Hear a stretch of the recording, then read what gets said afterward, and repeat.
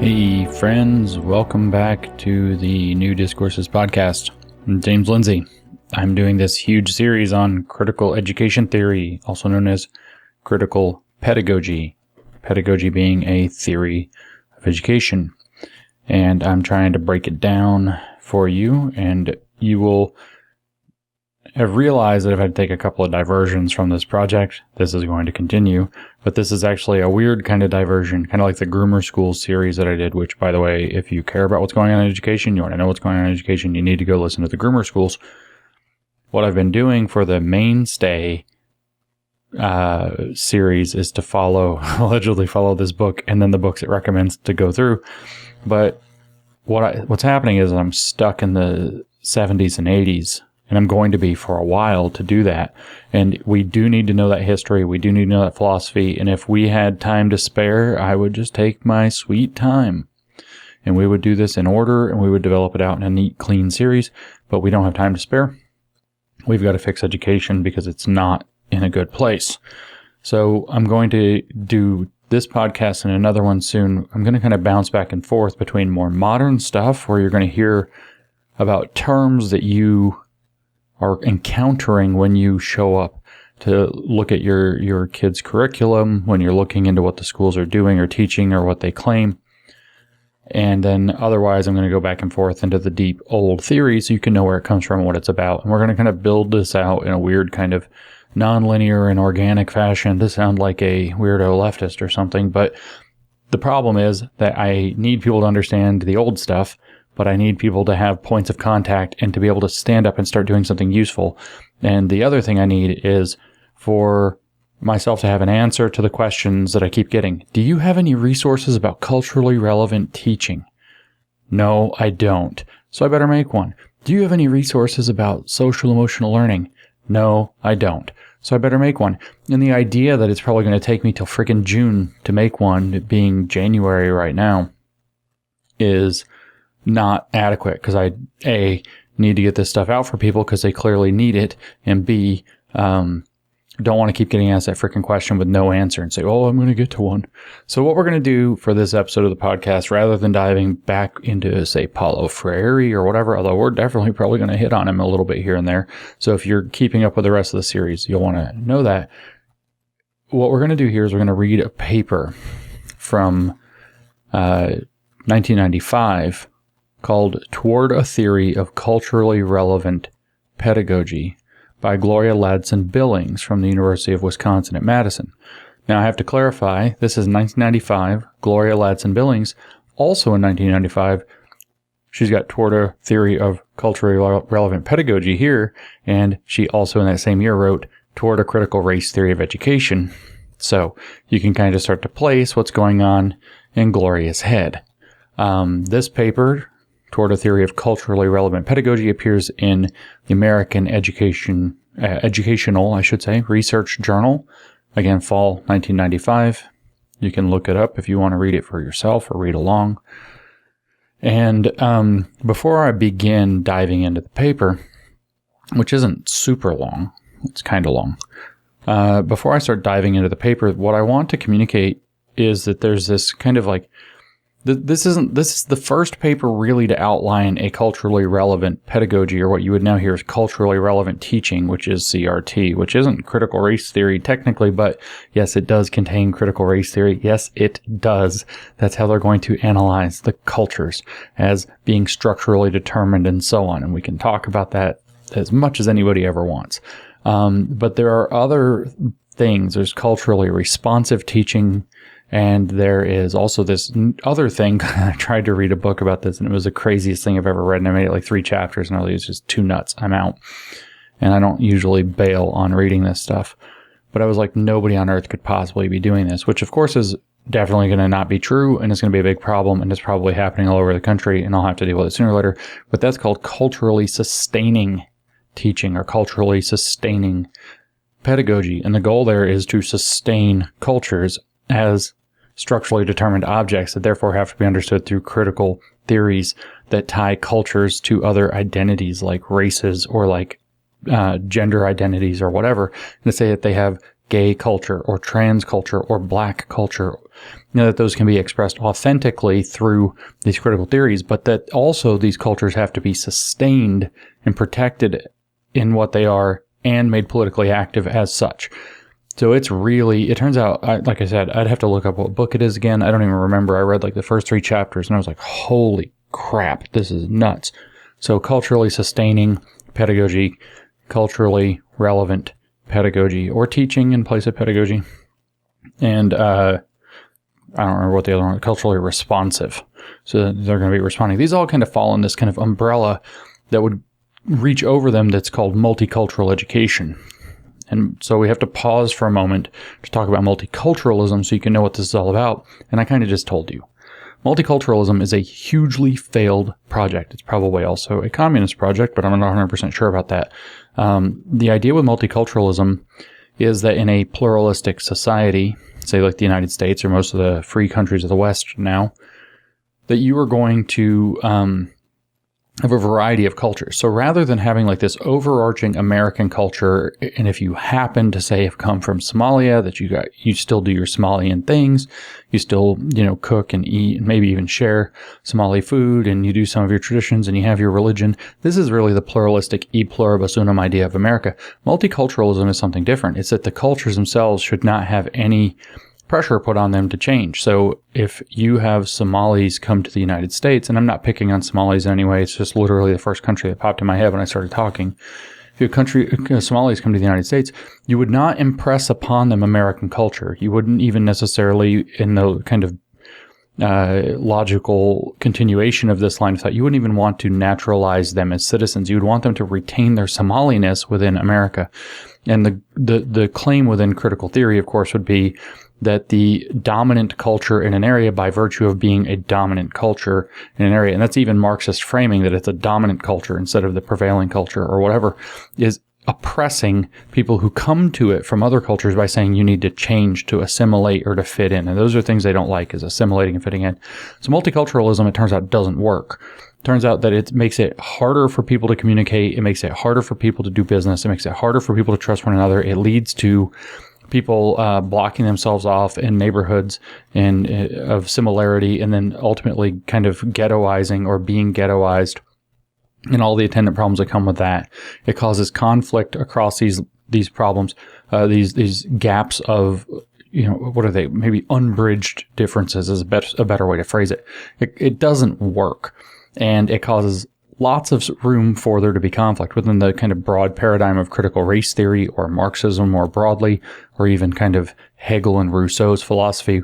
What multiculturalism is a gigantic experiment in the master-slave dialectic, which is to take various cultures, stick them close enough to one another to where they have to not be able to get along, and to let the dialectic, the contradictions between the cultures play out. And then when you add in the critical perspective that the prevailing culture, say if it's coming to America, and it would be the reverse, going the other way. It's not some Americanism rah-rah argument, which I could make on its own merits too. It's the idea that people who come to America are going to be expected to become American is a imposition upon them and a form of dominating them and oppressing them.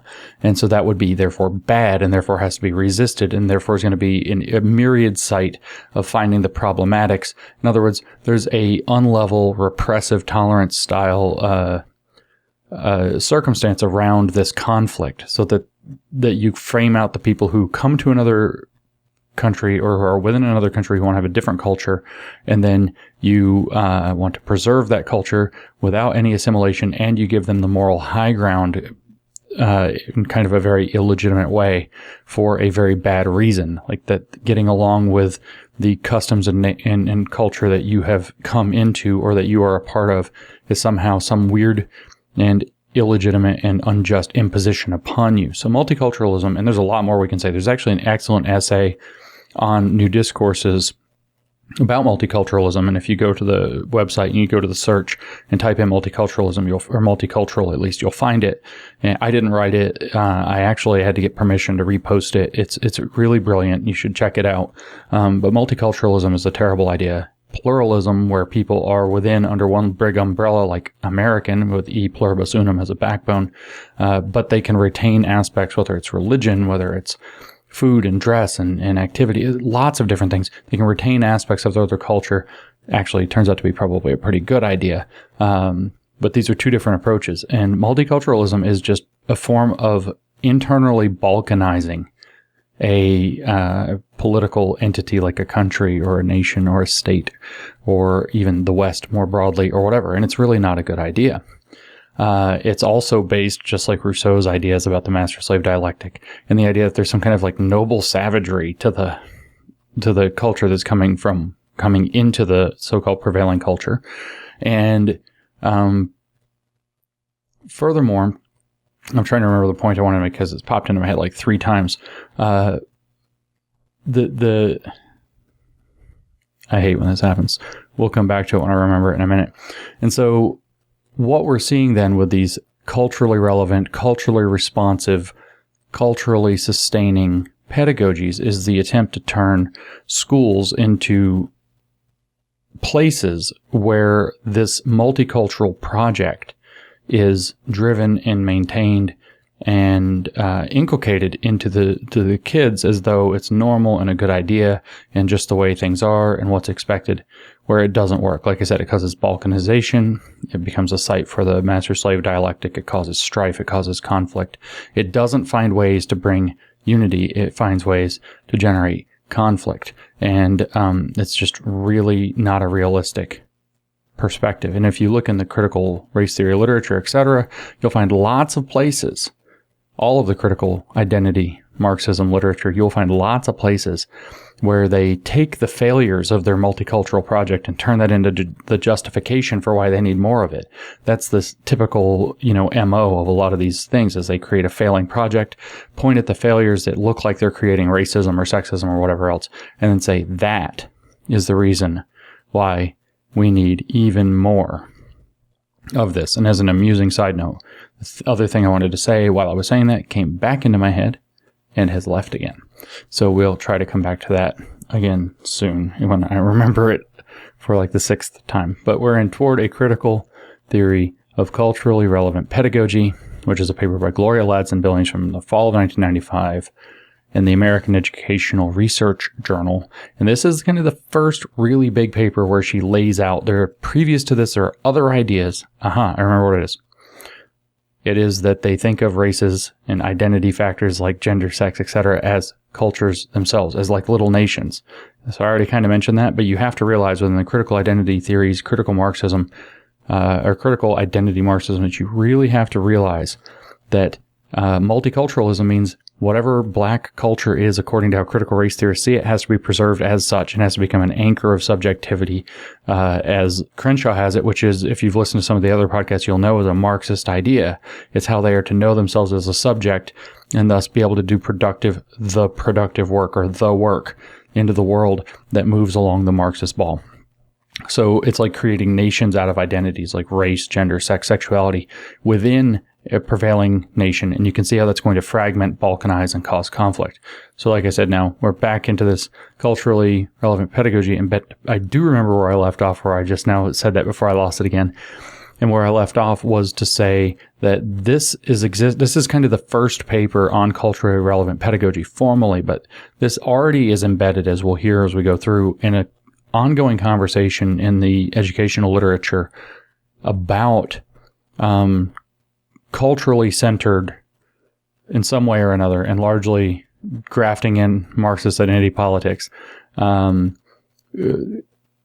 approaches to teaching. So we can get some sense of what culturally relevant teaching is, however, by reading this paper and kind of unveiling that you're going to see exactly what you think it is. It's going to be this kind of weirdo collectivism in paradoxical arrangement with weirdo multiculturalism, and it's obviously, in the nature of it being internally contradictory in that way, it's going to reveal itself to be likely catastrophic failure. Now, I'll just tell you as an honest admission, this, and I'm going to do a paper about social emotional learning soon too, here on the podcast. Both of these papers, and another one I read about culturally relevant pedagogy by, what's her first name? Last name Gay, Geneva Gay, another big player in the culturally relevant teaching or culturally responsive teaching movement, or pedagogy theory of education. When I read this, I just get this big impression that what they're really looking at is the fact that we have these gigantic schools that have lots of different people and kids in them coming from a lot of different areas, like backgrounds, especially in big city schools, where you're going to have people from all over the world crammed into a single school. And what the case that they're trying to make is that, you're going to have differential outcomes based on the fact that if you say teach from an overarching American frame or a traditionalist American frame or whatever you want to phrase that as, if you teach just that way without engaging with the different cultures, say if you have a lot of Latino kids or Chinese kids or whatever you have to engage with them on terms that they're familiar to their culture. And if you don't, then there will be differential outcomes, inequitable outcomes as they would have it.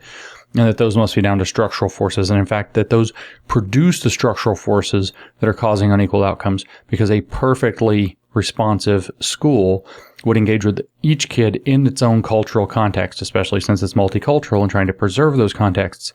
And this just creates this huge problem because you can't segregate schools, and you don't want to where all the black kids go to the black school and it can have black culture and black approaches, and all the Latino kids go to the Spanish school and they speak Spanish and whatever else. And you can have different traditional ways, and all the Chinese kids go to the school that's rooted in Chinese stuff. You either have that or you have this mix where you have all the kids in one school, and then they say, basically, what you have to do is you have to find a way to be culturally relevant to all the different cultures that are present. And as a matter of fact, not just that, but if you're in let's say that you're in some kind of rural Ohio and it's like 97%, I don't know if there's any place like that, but 97% white or whatever, just to make something up. It's Portland, Oregon is what that's called. You see how woke they are. It is literally like 95% white, by the way, in Portland, Oregon, something very high. It's like the highest in the country, as a matter of fact. What a shock. And so if you're there, you have to do culturally relevant pedagogy that brings these factors in because they live in this so-called multicultural society.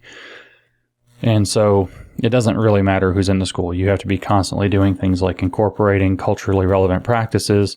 Like one thing that they bring in from like certain Native American approaches, it's called talk story. You also might have to be having them organize a rap song or a rap battle or something in order to talk about some issue and maybe gin up public policy support for it, because of course it's going to be about making activists and doing activism. And that's generally the idea that they're trying to promote in this culturally relevant pedagogy. And that is the key thing we're really going to focus on, but that they're trying to create activists, of course, through this program. But what I really wanted to point out with what I just said, though, is that the feeling I get is like, oh, these schools are too big. they're trying, nothing that's big and heterogeneous is going to be perfect. And so now they're going to like way overfig the pudding to try to fix that problem. And part of that overfigging is going to be like, why don't we just dump a bunch of Marxism in there anyway? Because that's the way these leftist so-called reformers think is in Marxism. So that's your short version of what culturally relevant teaching is about, is that you have these huge city schools that have people from lots of backgrounds, and there's not really any one approach that's a good fit for, like a perfect fit, I should say. There are probably good fits for everybody because of the different cultural issues that come up because of people having been immigrants, that generation or one generation back or whatever, or people being in cultural milieus within this, within the existing society who are not immigrants, who don't want to have to change their cultural values, that cultural protectionism that I've spoken about in terms of like Appalachia and so on before.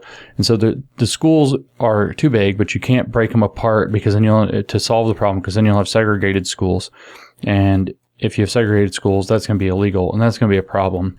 And so then you have this lack of a good solution. And so their solution becomes overfig the pudding, make everything like gratuitously culturally focused instead of focusing on important topics like reading and math and science and so on. It's not a question of what's being taught necessarily, but how it's being taught, except that now how it's being taught dips into what's being taught because they're going to teach cultural competency crap instead of teaching basic skills under the guise that if you don't come at Hispanic learner with Hispanic cultural tropes, then they're going to struggle to learn mathematics or whatever.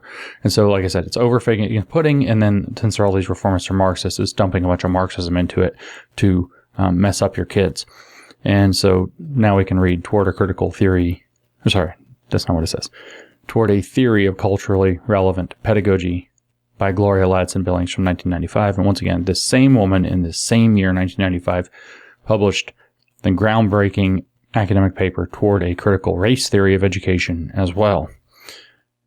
And so the abstract reads, in the midst of discussions about improving education, teacher education, equity, and diversity, little has been done to make pedagogy a central area of investigation. So what she's saying is, here we are in 1995.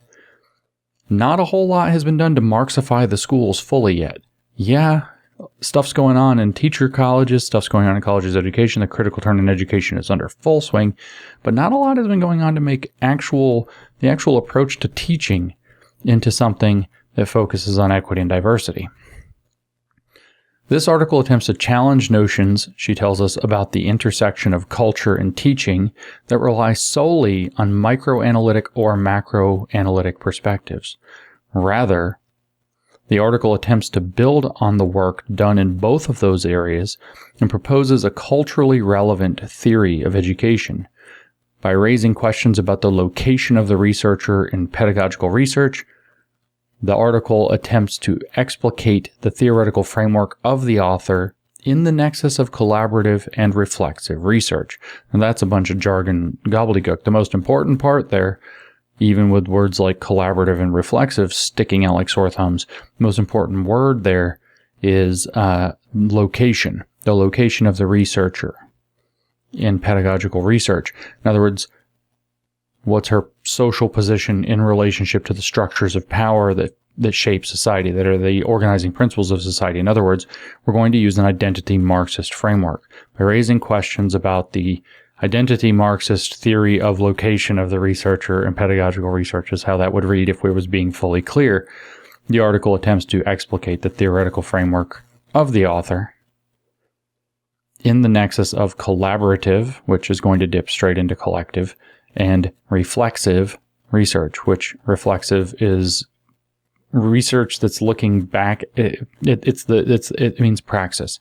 It means that you're going to you're going to have the research, and the way the research is going to go is by having the theory inform some kind of activity, having that activity then have some result, and using looking at that result through the theory to figure out the next step again and again and again and again. So in other words, this is the Marxist dialectical process. The pedagogical practices of 8 exemplary teachers of African American students serve as the investigative site. Their practices and reflections on those practices provide a way to define and recognize culturally relevant pedagogy. So as you might expect, usually from these kinds of things, we're not ever really going to hear a clear and concise definition. There's going to be a lot of rambling going on. So what does she tell us getting into the paper? Teacher education programs throughout the nation have coupled their efforts at reform with revised programs committed to social justice and equity. So we're going to start off by saying that teacher education programs by 1995 throughout the nation view reform in terms of a commitment to social justice and equity. Now remember, social justice means the neo-Marxist expanded definition of using identity politics as the way you get there of communism, and equity means the equity literally is social equity, because this actually says committed to social justice and equity. Equity could be read there as social justice and social equity, which is what it means. Social equity comes from H. George Fredrickson, who said that rather than where equality is that citizens A and B are equal, equity means adjusting shares, and in this case it would include privilege or cultural shares, adjusting shares so that citizens A and B are made equal. In other words, it's the identity politics expansion of the idea of socialism into not just material and economic realms, but also into cultural realms. And so what she's starting off with here is in 1995, teacher education programs throughout the nation are committed to social justice and equity. In other words, this identity Marxist, neo-communist, or whatever you want to call it, plan. Thus, she says, their focus has become the preparation of prospective teachers in ways that support equitable and just educational experiences for all students. In other words, ones that will lead them to raise a critical consciousness and to favor, or in fact, to need equity and justice to be able to function in society. But where equity is, again, a expanded notion of socialism, and justice is, in fact, an expanded notion of communism. It's just rebranding socialism and communism, but to include cultural products as well. Examples of such efforts, she says, include work in Alaska, California, Illinois, and Wisconsin. And there's citations for all these, some of which are herself. Currently, there are debates in the educational research literature concerning both locating efforts at social reform in schools and the possibilities of re-educating typical teacher candidates for the variety of student populations in the U.S. public schools. It really does say re-educating there. Rather than looking at programmatic reform, this article considers educational theorizing about teaching itself and proposes a theory of culturally focused pedagogy that might be considered the reformation of teacher education. So rather than doing anything terribly specific, it's going to be really vague, and that way the people doing it can kind of get away with a lot of stuff and can always kind of tell you that you're doing it wrong no matter what you're doing, and it's going to be centered in developing a theory rather than in actually giving any kind of viable program with actual evidence for why you should be doing it. And then this is what you're going to use as a basis for re-educating your typical teacher candidate, as they have it here. Schulman's often cited article, she says, titled Knowledge and Teaching Foundations of the New Reform, 1987, considers philosophical and psychological perspectives underscored by case knowledge of novice and experienced practitioners, which means that it's theoretical and qualitative in nature. Although Schulman's work mentions the importance of both the knowledge of learners and their characteristics and knowledge of educational contexts, it generally minimizes the culturally based analyses of teaching that have preceded it.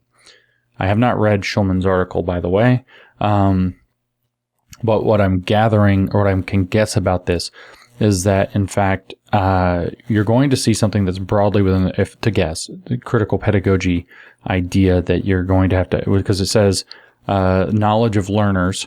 So that's going to be located within each learner according to their cultural background. Learners and their characteristics, it says, and then knowledge of educational contexts, which means that they're going to be doing this through this, probably that's, already bringing in some of that Marxist stuff. And what I'm getting then is that Ladson-Billings is saying, by minimizing the culturally based analyses of teaching that have preceded it, you're going to try to twist the ratchet into the Marxist identity politics rather than keeping it into whatever other domain that it was in. If we remember from the critical turn in pedagogy, that's kind of the basis for the entire series I'm doing here on the podcast, Gottsman tells us that it proceeded in 3 stages. Stage 1 was Marxist critique, then post-structuralist feminism, and then critical race theory. Since I haven't read Schulman's article to comment on it, I can't say much there.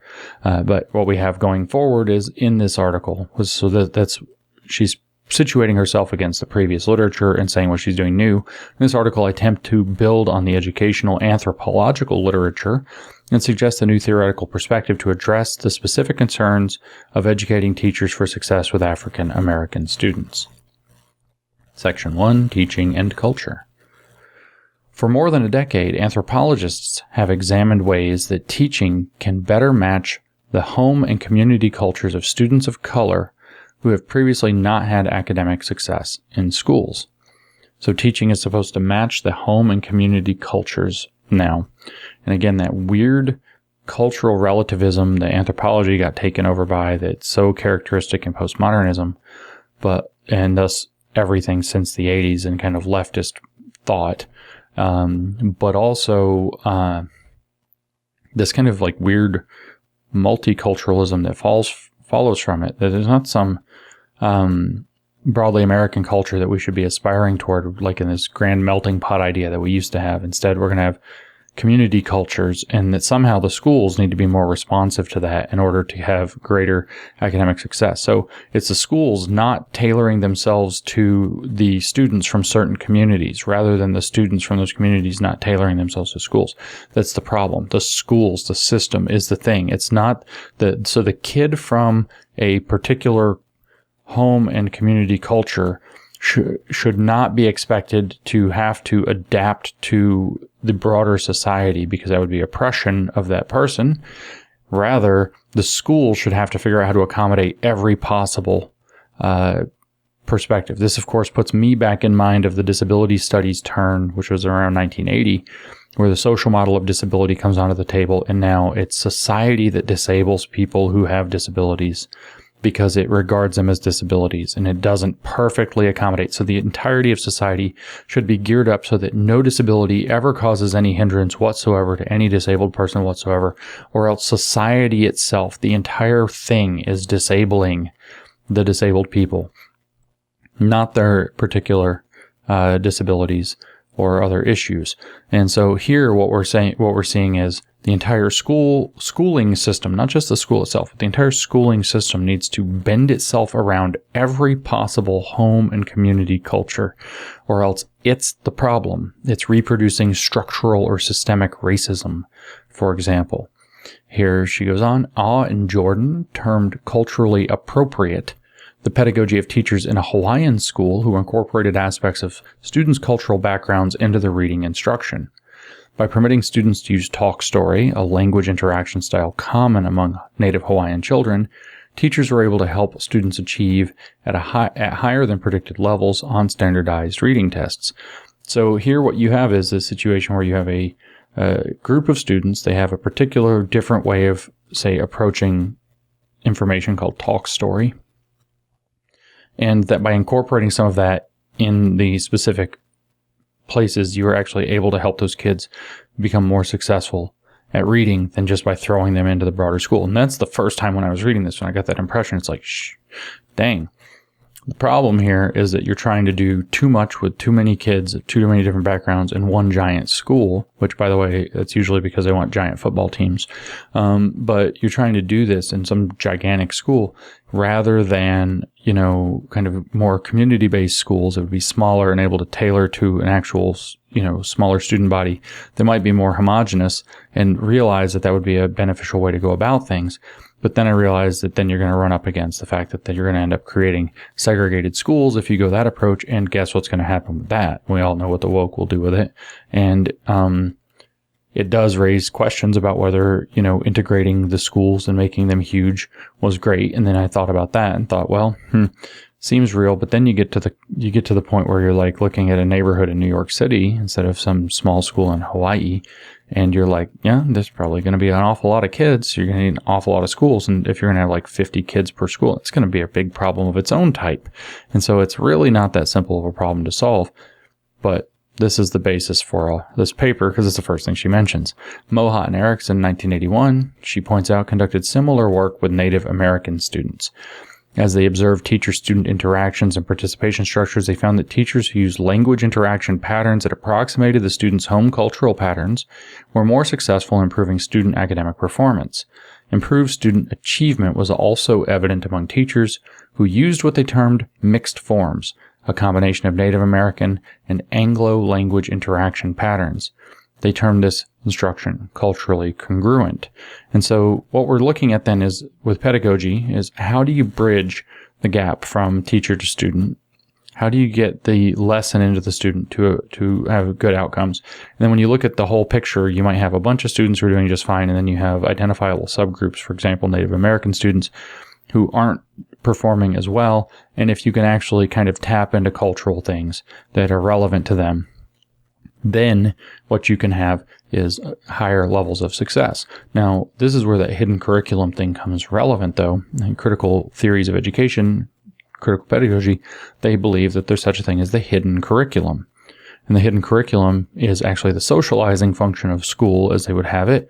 And so that the school is teaching kids to be, say, American, and to participate in American society. They, of course, being Marxist, would say capitalist society, but it's teaching them this, and that would be in the cultural domain a cultural imposition, because it's not protecting the fact that their culture is equally valid, etc., etc., and in fact protected, because we wouldn't want to have cultural domination and oppression going on. And you can kind of see how this thinking goes from being something that says, okay, how do we help certain kids in certain circumstances, to now we've got this whole systemic problem going on that's going to require very radical identity politics, identity Marxist politics to try to fix, that when they put it into practice turn out not to work.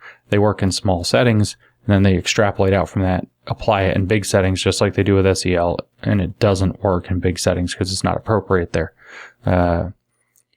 Kasdan and Leggett, I don't know if that's how Leggett's last name is pronounced, from 1981, and Erickson and Mohat, 1982, used the term culturally responsive to describe similar language interactions of teachers with linguistically diverse and Native American students, respectively. So, like I said, this is all situated in a broader, culturally focused perspective on education theory that had been going on for some time by 1995 when she wrote this paper. So she's citing examples from the early 1980s. And yet again, what you're seeing is the attempt to maintain protected cultures so that they are not imposed upon by some broad dominant, as they would say, culture, or the prevailing culture.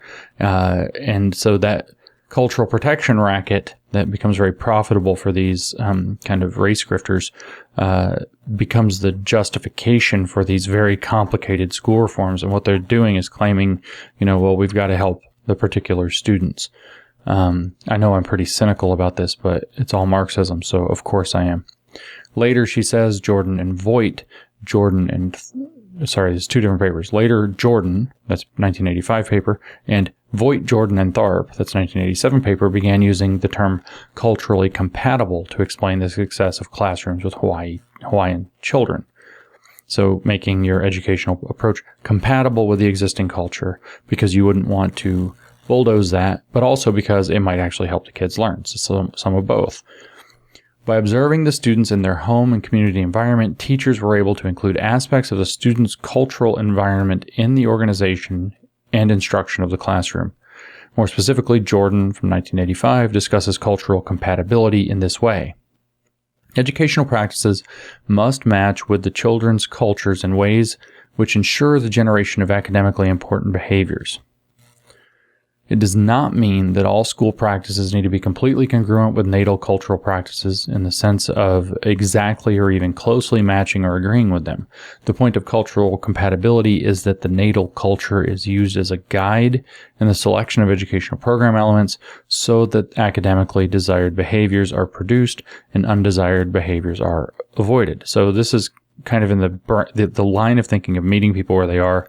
Nothing particularly objectionable there. In fact, it's fairly reasonable that when he's talking about cultural compatibility, that sometimes you're going to be able to do it, sometimes you're not, but that you're making the effort counts for something. Ladson-Billings says these studies have several common features. Each locates the source of student failure and subsequent achievement within the nexus of speech and language interaction patterns of the teacher and the students.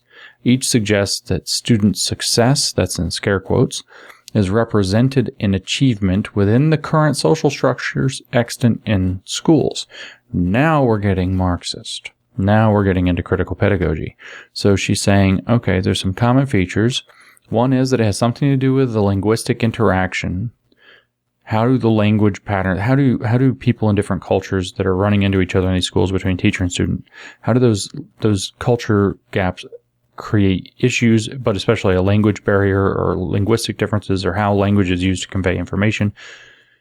But then it transitions from that somewhat potentially reasonable thing into that the definition of success itself, which is put into scare quotes, means succeeding within the current social structures, which are going to need to be overthrown because the Marxists seek to overthrow that. And that's the key here. So she says, thus, the goal of education becomes how to, quote, fit students constructed as, quote, other by virtue of their race, ethnicity, language, or social class into a hierarchical structure that is defined as a meritocracy. And that's put into italics. So the critical attack, the Marxist attack on merit as an ideological feature that enables the people who are in the upper caste of society to maintain their upper casteness, and that keeps the lower caste of society not only out, but also of the upper caste, but also content with their lot. That gets invoked here because she's now saying that education is going to use the lie of meritocracy, and they're going to come at it to use the lie of meritocracy to define success without critically engaging the fact that the success is a culturally contingent thing, that some other culture might have a different view of what constitutes success, and that thus there's some inherent arbitrariness or even illegitimacy to the prevailing or dominant culture. And so then you see this idea there by her saying the goal of education becomes how to fit students, and that's in scare quotes, constructed as, quote, other by virtue of their race, ethnicity, language, or social class into a hierarchical structure that already exists. And so what she's saying is that there's a dominating imposition of cultural values upon kids who don't deserve it by virtue of race, ethnicity, language, or social class. And so, again, I said within that broad umbrella of multiculturalism, but also we're looking at this with an attack on meritocracy that's at the heart of these kind of identity Marxist approaches. So these earlier studies are way more reasonable, and she's taking it toward something way more Marxist in this paper. However, she tells us it is unclear how these conceptions do more than reproduce current inequities. So, of course, she's criticizing the existing programs because they reproduce the existing society and try to fit certain students by race, ethnicity, language, or social class into a program that's not really ever been meant for them, that's actually oppressing them. Totally identity Marxist already. We're a couple paragraphs in. Singer, in 1988, suggests that, quote, cultural congruence in an inherently moderate pedagogical strategy that accepts the goal of educating minority students is to train individuals in those skills needed to succeed in mainstream society. End quote. So what she's pointing out there is subtly that the point of education is to train students, no matter who they are, to succeed in mainstream society. But remember, the critical perspective questions at its very heart mainstream society and criticizes education for reproducing mainstream society. So culturally relevant pedagogy or teaching is already going to be way off the rails, and it's using multiculturalism as the tool by which to foist Marxist thinking into education. 3 of the terms employed by studies on cultural mismatch between school and home, culturally appropriate, culturally congruent, and culturally compatible, seem to connote accommodation of student culture to mainstream culture. Only the term culturally responsive appears to refer to a more dynamic or synergistic relationship between home/community culture and school culture. Erickson and Mohat, 1982, suggests that their notion of culturally responsive teaching can be seen as a beginning step for bridging the gap between home and school. So again, for the Marxist perspective, before I read this quote from Erickson and Mohat, the Marxist perspective would be that there's this school is now reproducing the dominant society's culture. Home has some kind of a, pure, noble, savage kind of culture, and that imposition is a form of domination, and there's a need for a critique of that. That would be the critical pedagogy perspective of that scenario, just to keep that in mind. So Erickson and Mohat are quoted here saying, it may well be that by discovering the small differences in social relations, which make a big difference in the interactional ways children engage the content of the school curriculum, anthropologists can make practical contributions to the improvement of minority children's school achievement and to the improvement of everyday school life for such children and teachers. Making small changes in everyday participation structures may be one of the means by which more culturally responsive pedagogy can be developed. And that's the end of that quote.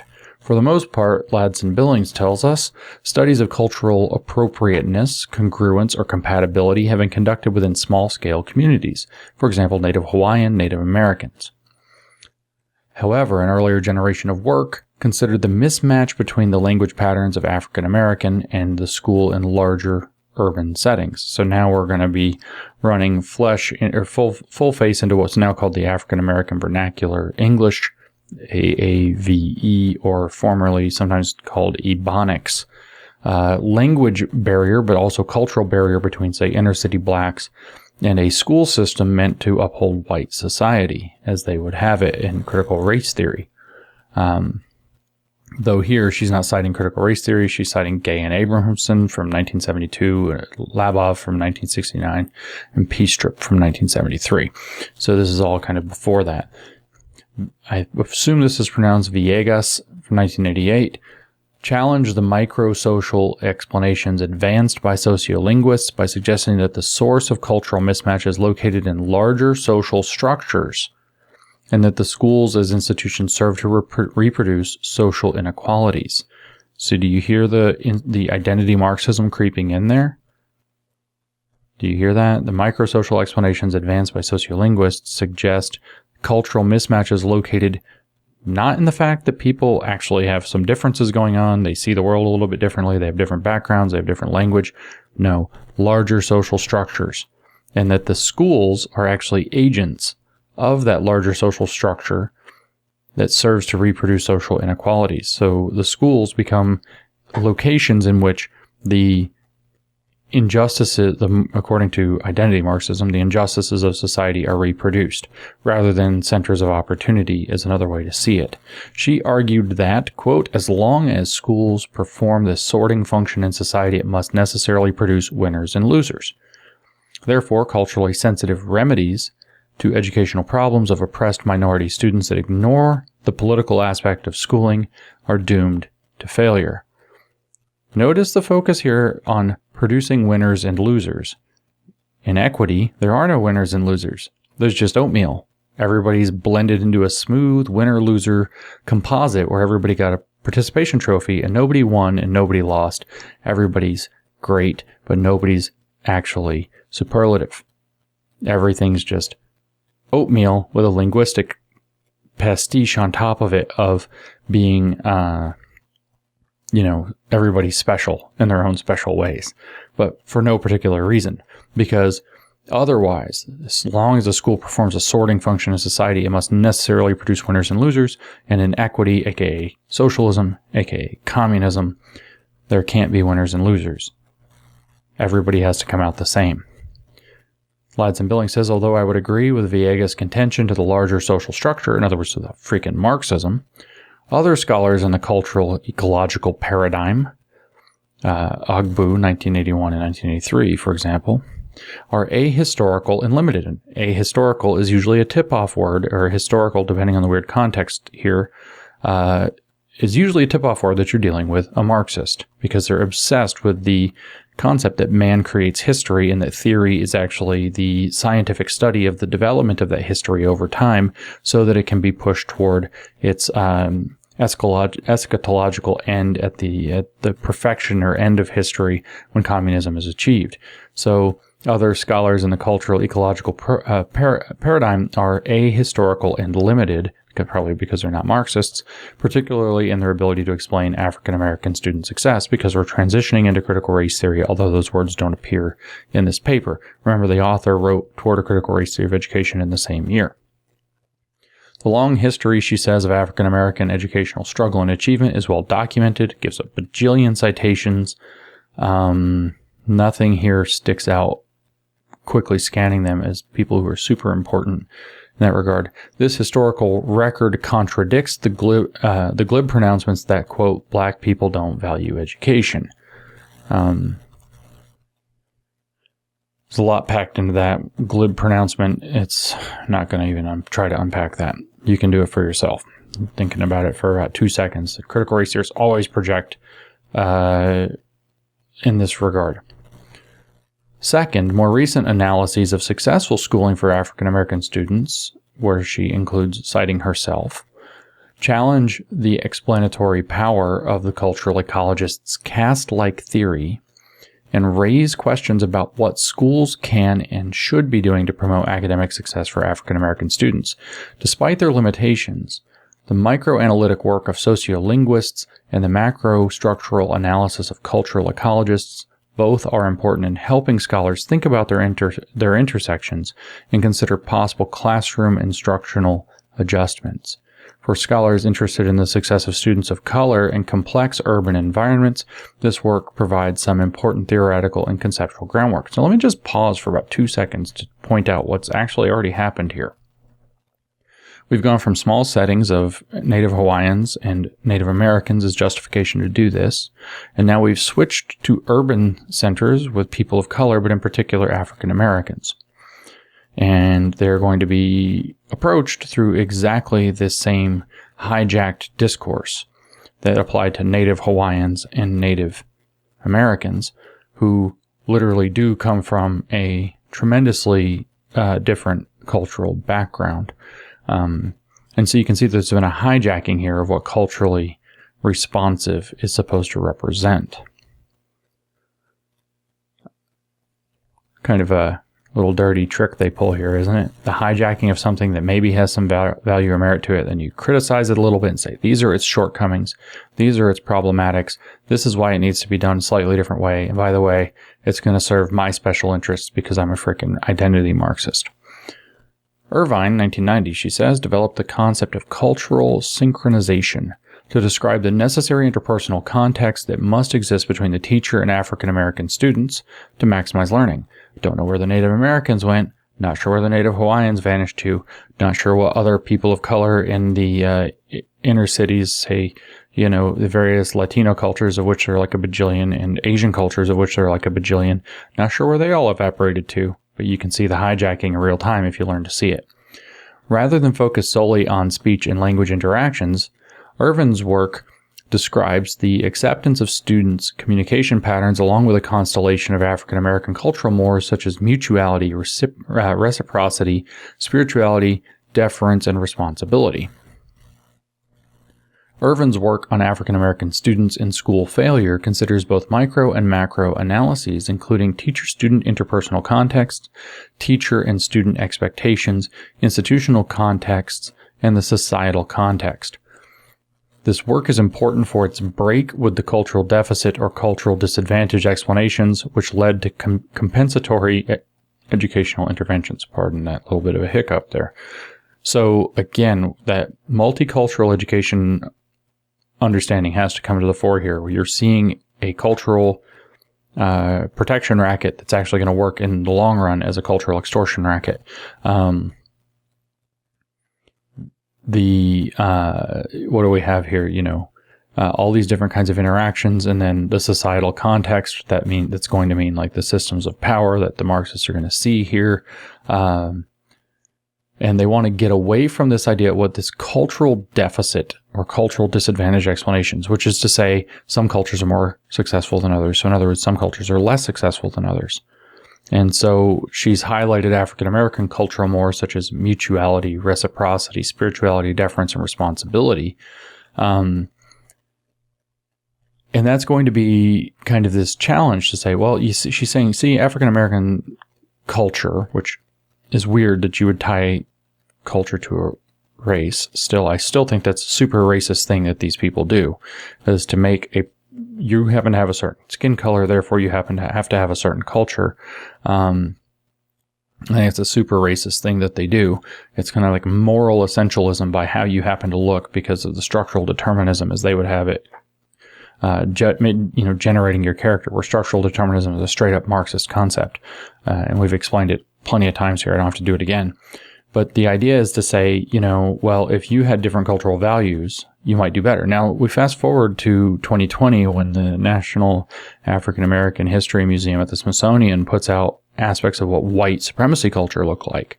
And it's, things like punctuality, dependability, focus on getting the right answers or whatever. If you look at the ethnic studies curriculum in the West Coast states here in the United States, you see things like that focusing on getting the right answer in math class, working on individual success, that these are aspects of white supremacy culture. There are lots of different things that have come out as white supremacy culture. And those things are obviously being branded white supremacists, so therefore those are bad. Whereas it's really clear that things like punctuality and dependability and hard work ethic, good work ethic, etc., they're actually net beneficial for a lot of measures of a lot of attainment in an successful advanced society. But no, to say that some other cultural values standing in place of those might create a deficit that's leaning on those would cause you to say, well, holding on to that culture the way you are is part of the reason why you're not generating success, which this conflict theory, this Marxist conflict theory of identity and culture would then say is an imposition of a dominant culture. It has nothing to do with what actually works. It has nothing to do with actually, this is the way we do things here and it's going really well. That's all that it does have everything to do with that, because that's not okay. That is how I really should have phrased that. That's considered not okay. So what we have to do now is protect the poor, noble, savage black city culture, and we have to protect the Native American culture, and we have to protect the Native Hawaiian culture from that imposition completely. And it's going to be the school's job, with myriads kids from everywhere mixed in there, to make sure every single culture is protected. And like I said, if we get it all the way down the line on this is culturally sustaining pedagogy. And I tried to read the standard book in this, and it was just totally so far nuts that I was like, that can't even be real. It's just not realistic. But it's also meant to create that differences in culture that are going to have conflict across those lines, which they're then going to exploit to say, look how racist things are. Look how things aren't working out, blah, blah, blah. A next step, she tells us, for positing effective pedagogical practice is a theoretical model that not only addresses student achievement, but also helps students to accept and affirm their cultural identity while developing critical perspectives that challenge inequity in schools and other institutions. The challenge inequities that schools and other institutions perpetuate. Okay, so now we've got two things there that just got smashed together. First, you hear the Multicultural Project. We're going to help students accept and affirm their cultural identity, which is going to be tied to race in many cases, while developing critical perspectives. So now the Marxism gets shoved right into first we're going to have this multicultural project, which isn't necessarily even that great of an idea. And then we're going to blame the schools for not addressing everybody successfully in that way. Then we're going to force literally Marxist thought into it, developing critical perspectives. Remember, critical is short for critical theory. Critical here means critical Marxist perspectives that challenge inequities that schools perpetuate. So the schools are blamed for perpetuating schools without culturally responsive or relevant, or whatever the hell, when we're talking about responsive, I guess, teaching. Schools are perpetuating inequities, which is a Marxist concept. And it's the school's fault. And that if they didn't want to do this, they would embrace this very difficult, unlikely to succeed approach to multiculturalism in a context that probably works in certain small-scale settings and doesn't graft on well otherwise. And they're going to have to do it through a critical Marxist perspective. I term this pedagogy, she says, culturally relevant pedagogy. So now we have our vague definition for culturally relevant pedagogy. And then if you needed to know, culturally relevant teaching, therefore, is identity-based Marxism. And if it uses race, it's race Marxism, which is to say it's critical race theory infused. So let me just reread what her definition of culturally relevant pedagogy is, remembering that it's multicultural Marxism. She says, it is a theoretical model that not only addresses student achievement, but also helps students to accept and affirm their cultural identity while developing critical perspectives that challenge inequities that schools perpetuate. So it's a blame the school system for unequal outcomes, adopt this radical multicultural model, and understand multiculturalism through identity Marxism. So is critical race theory embedded within culturally relevant teaching? Yes. How do you know? Because if you're using critical perspectives that challenge inequities related to race and ethnicity tied to cultural identity, which is exactly what it calls for, the only game in town that the critical theorists who want the critical perspectives will allow you to use is critical race theory, even if that word doesn't appear here explicitly. Several questions, some of which are beyond the scope of this discussion, drive this attempt to formulate a theoretical model of culturally relevant pedagogy. What constitutes student success? So, of course, they're going to ambiguate upon what success means. Maybe success just means continuing to have exactly the same culture that you came into the school with. Maybe that's what it means. Maybe it actually means getting good reading scores. Maybe it means being able to get into a good college, although that's kind of weird right now. Maybe it means being able to track people longitudinally 15, 20 years later and seeing what levels of success they had in life, which doesn't care whether you go to college or not. If 20 years out of school, out of, say, high school, you look at the success rates, and it may or may not have much to do with college, depending on the circumstances, But anyway, we're going to ambiguate around what constitutes student success. Because remember, part of it is to accept and affirm cultural identity. How can an academic success and cultural success complement each other in settings where student alienation and hostility characterize the school experience? I mean, almost all the kids are alienated from school, period. But we have to see, again, the subtle Marxism here. Let's question what the word success means. Let's get away from that meritocracy she mentioned before. That's culturally contingent. And now let's go ahead and say, let's analyze this in terms of alienation, cultural alienation of students, which is going to be an identity Marxist analysis there. How can pedagogy promote the kind of student success that engages larger social structural issues in a critical way? In other words, let's turn culturally relevant pedagogy or responsive pedagogy, whichever one we're dealing with here, into, relevant. Let's turn, how can we use educational theory to turn the kids into Marxist activists? This kind of student, we're going to question what success means and then say, how can we promote the kind of student success that engages larger social structures? In other words, success can be measured in terms of how Marxist you make your students. And we just have this series of questions. No big deal. And lastly, there are two more. How do researchers recognize that pedagogy in action, and what are the implications for teacher preparation generated by this pedagogy? So we have subtle Marxism, or not that subtle Marxism, creeping in through identity politics and the idea of culture here. Next section, the illusion of atheoretical inquiry. So there is no possible way that you could inquire or have a pedagogy or approach education with an atheoretical neutral model. It's an illusion. Educational research, she says, is greeted with suspicion both within and outside of the academy. Among practitioners, it is regarded as too theoretical. For many academicians, it is regarded as atheoretical. It is the latter notion that I address in this section of the article. Clearly, much of educational research fails to make explicit its theoretical underpinnings. However, I want to suggest that even without explicating a theoretical framework, researchers do have explanations for why things, quote, work the way they do. These theories may be partial, poorly articulated, conflated, or contradictory, but they exist.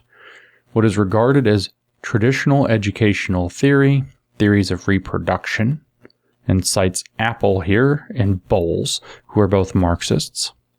I don't know the other names, Weiler and Weiss, but certainly Michael Apple and Herbert Bowles. Is it Herbert Bowles? Might be some other Bowles. Samuel Bowles, sorry. Certainly, see, Samuel Bowles often writes with Herbert Gintis. That's where the Herbert came from. So Michael Apple and Samuel Bowles are Marxist education theorists. So what's regarded as traditional education theory, a little weird, traditional education theory versus, say, critical education theory, are theories of reproduction of the existing society, right?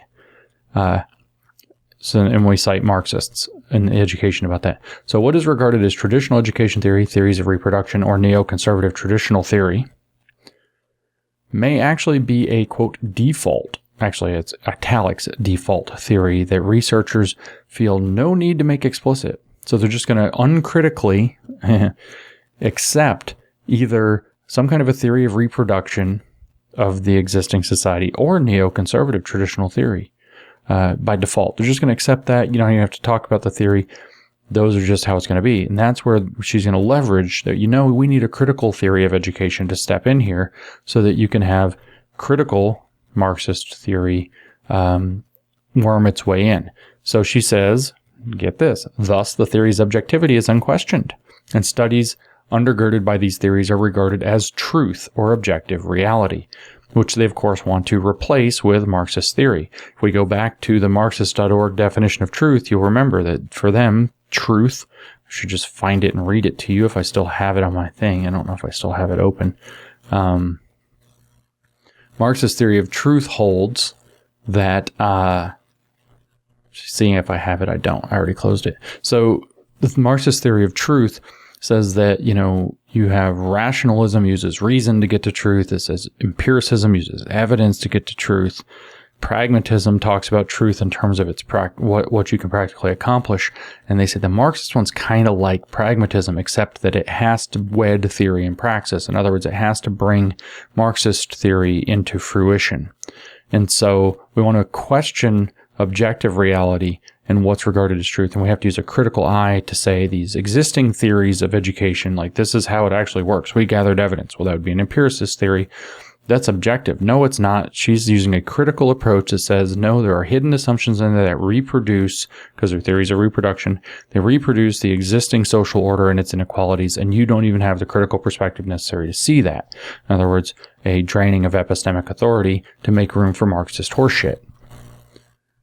Citing the ranking, that's in italics, or privileging, that's her reinterpretation, of theoretical knowledge, Code 19, that's a name, Code 1991 observes, quote, even when empiricists' theories of knowledge, that's in italics, theories of knowledge prevail, knowledgeable practice, that's in italics too, constructs positions of power and privilege that are by no means as impartially ordered as strict empiricism would require.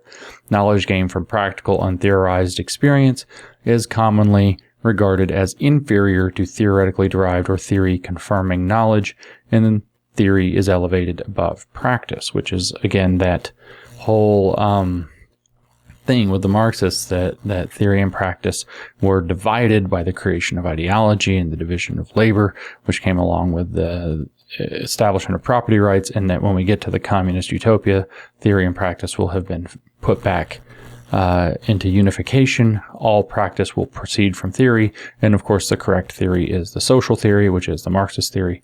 And so here saying that in these other approaches that theory, in other words for them ideology in this case, the ideology of neoconservatism or reproduction, is going to be favored over practice. And so what they're actually saying is that in the existing way that they analyze things, that you're reproducing and constructing actually positions of power and privilege.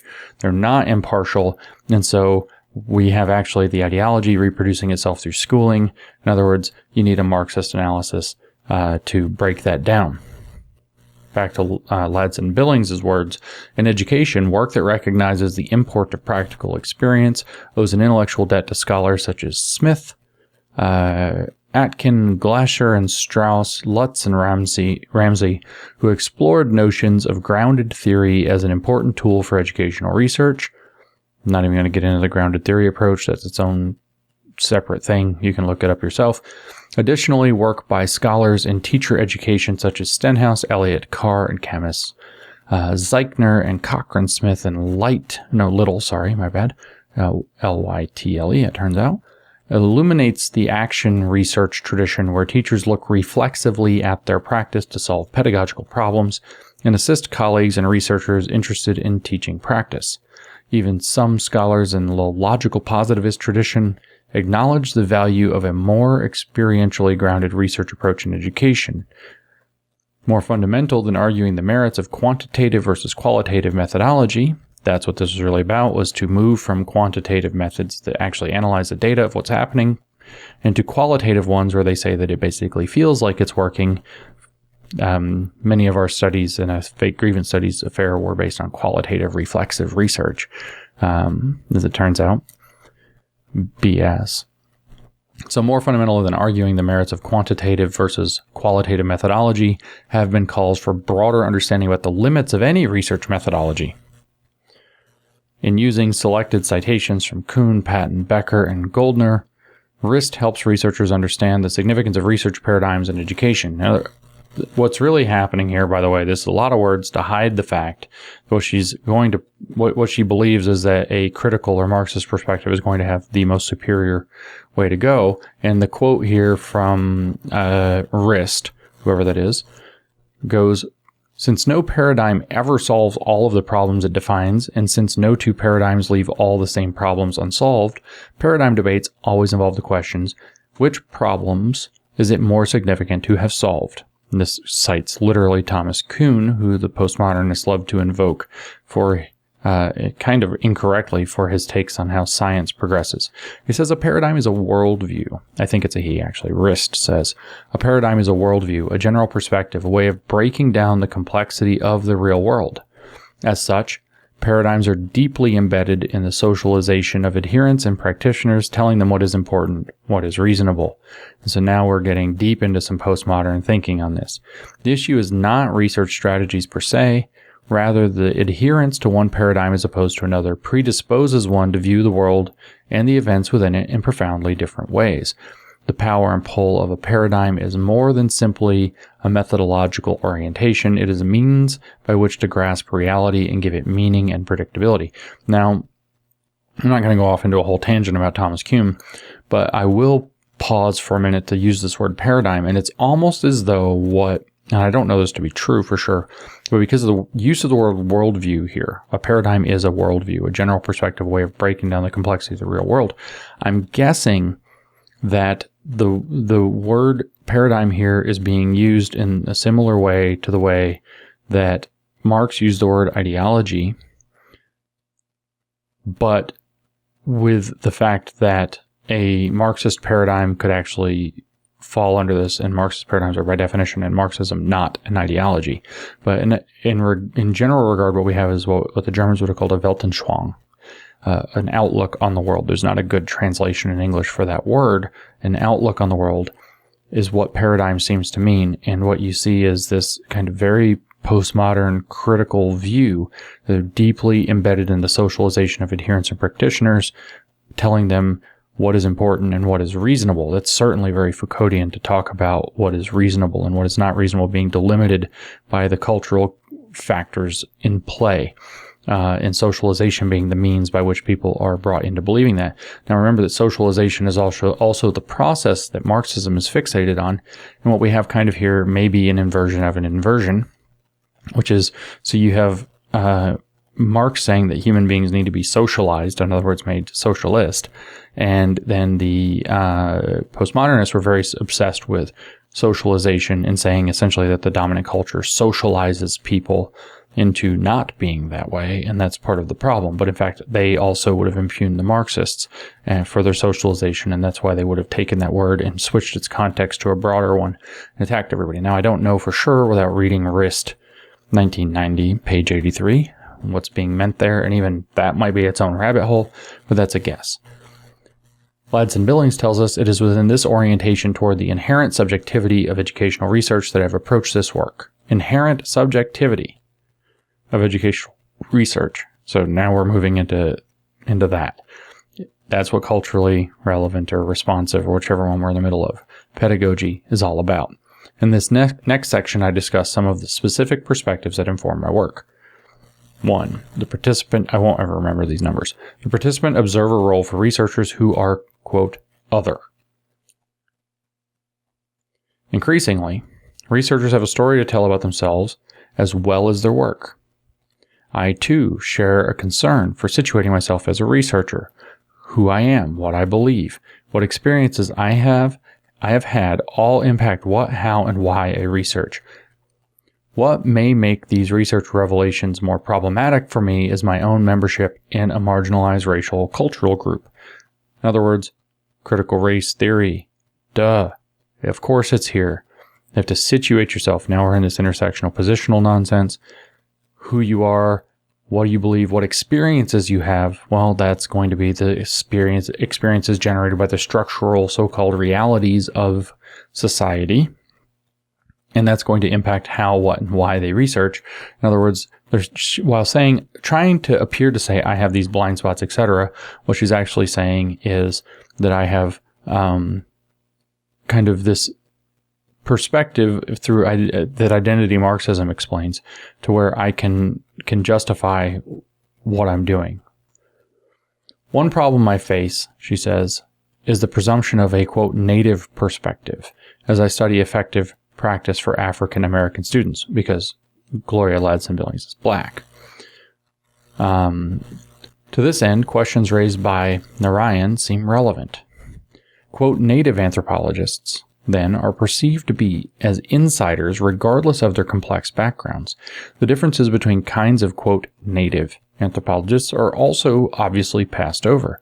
Can a person from an impoverished American minority background who, despite all prejudices, manages to get an education and study her own community be equated with a member of a third world elite group who, backed by excellent schooling and parental funds, studies anthropology abroad, yet returns home for field work among the less privileged? In other words, now you can see the game that's being played here, right? So if you even come from the third world and you have like this great education because you're rich and you have studied abroad, you've actually been socialized into the wrong system, so you don't have an authentic voice. So what does native mean? Well, it means people who have ended up with the so-called authentic voice, the unique voice of color, critical race theory calls it, that's being invoked here. It's not insensitive to suppress the issue of location, acknowledging that a scholar who chooses an institutional base in the third world might have a different engagement with Western-based theories, books, political stances, and technologies of written production. Is a middle-class, white professional researching aspects of our own society also a native anthropologist, which is going to be a problem because they're supposed to have a better view. So they're trying to make sure that only people who have that unique voice, that woke perspective, count. This location of myself, we're back to Gloria Ladson-Billings, this location of myself as native can work against me. My work may be perceived as biased, or at the least skewed because of my vested interests in the African American community. Thus, I have attempted to search for theoretical grounding that acknowledges my standpoint and simultaneously forces me to problematize it. The work of Patricia Hill Collins on Black feminist thought has been most helpful. Patricia Hill Collins is extremely influential in the creation of what we recognize as critical race theory. And the Black feminist thought she writes in that book that's cited here, titled Black Feminist Thought, as it turns out, is so parallel to critical race theory as to should be considered an early work of significance within critical race theory. Briefly, Collins' work is based on 4 propositions. 1, concrete experiences as a criterion of meaning. Concrete experiences. Sounds Hegelian. 2, the use of dialogue in assessing knowledge claims. 3, the ethic of caring. And 4, the ethic of personal accountability.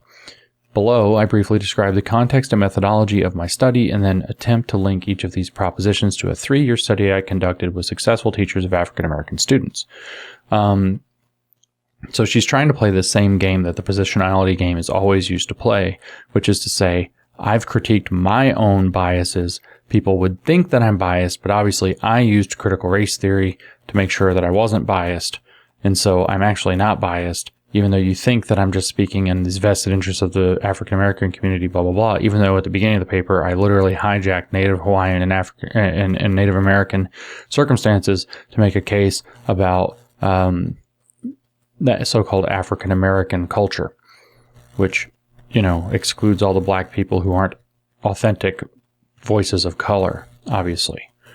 Issues of context and methodology she cites, while it's not possible to fully explicate the content and method of the study in this article, is necessary to provide readers with some sense of both for better continuity.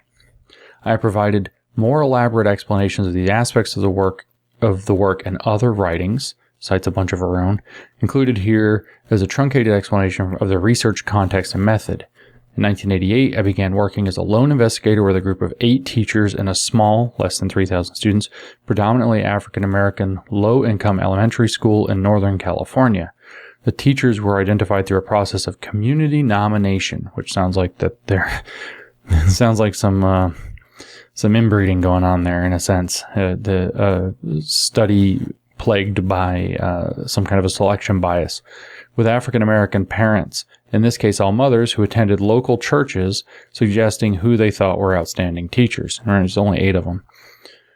Big study. The parents' criteria for teaching excellence included being accorded respect by the teacher, student enthusiasm towards school and academic tasks, and student attitudes toward themselves and others. The parents' selections were cross-checked by an independent list of excellent teachers generated by the principals and some teaching colleagues. Maybe less inbreeding than, maybe it's an okay selection process. Still only 8 of them. Principals' criteria for teaching excellence included excellent classroom management skills, student achievement as measured by standardized test scores, and personal observations of teaching practice.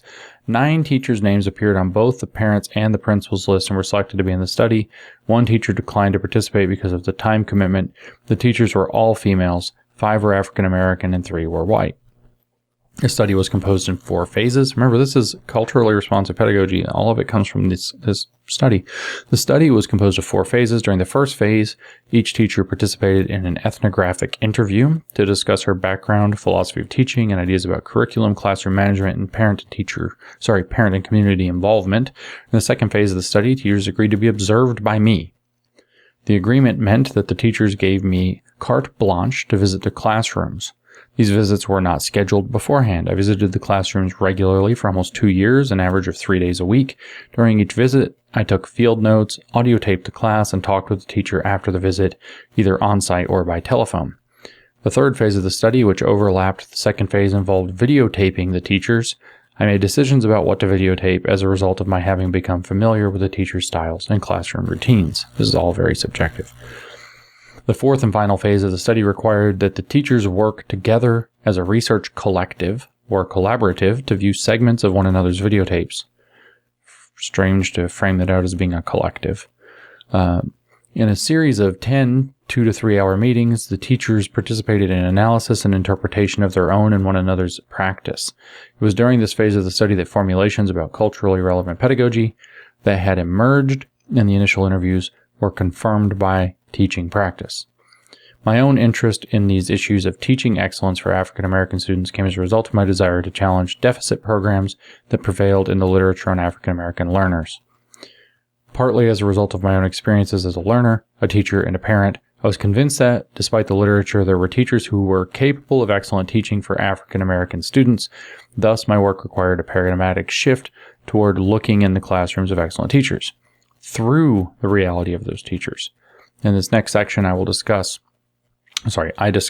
how my understanding of my own theoretical grounding connected me with this study. So she has this idea that some people are going to be able to teach students, especially of various ethnic backgrounds, better than others. And so she sets up this study to kind of confirm that. And then the practices that those people are doing that work, she's going to label as culturally relevant teaching practice.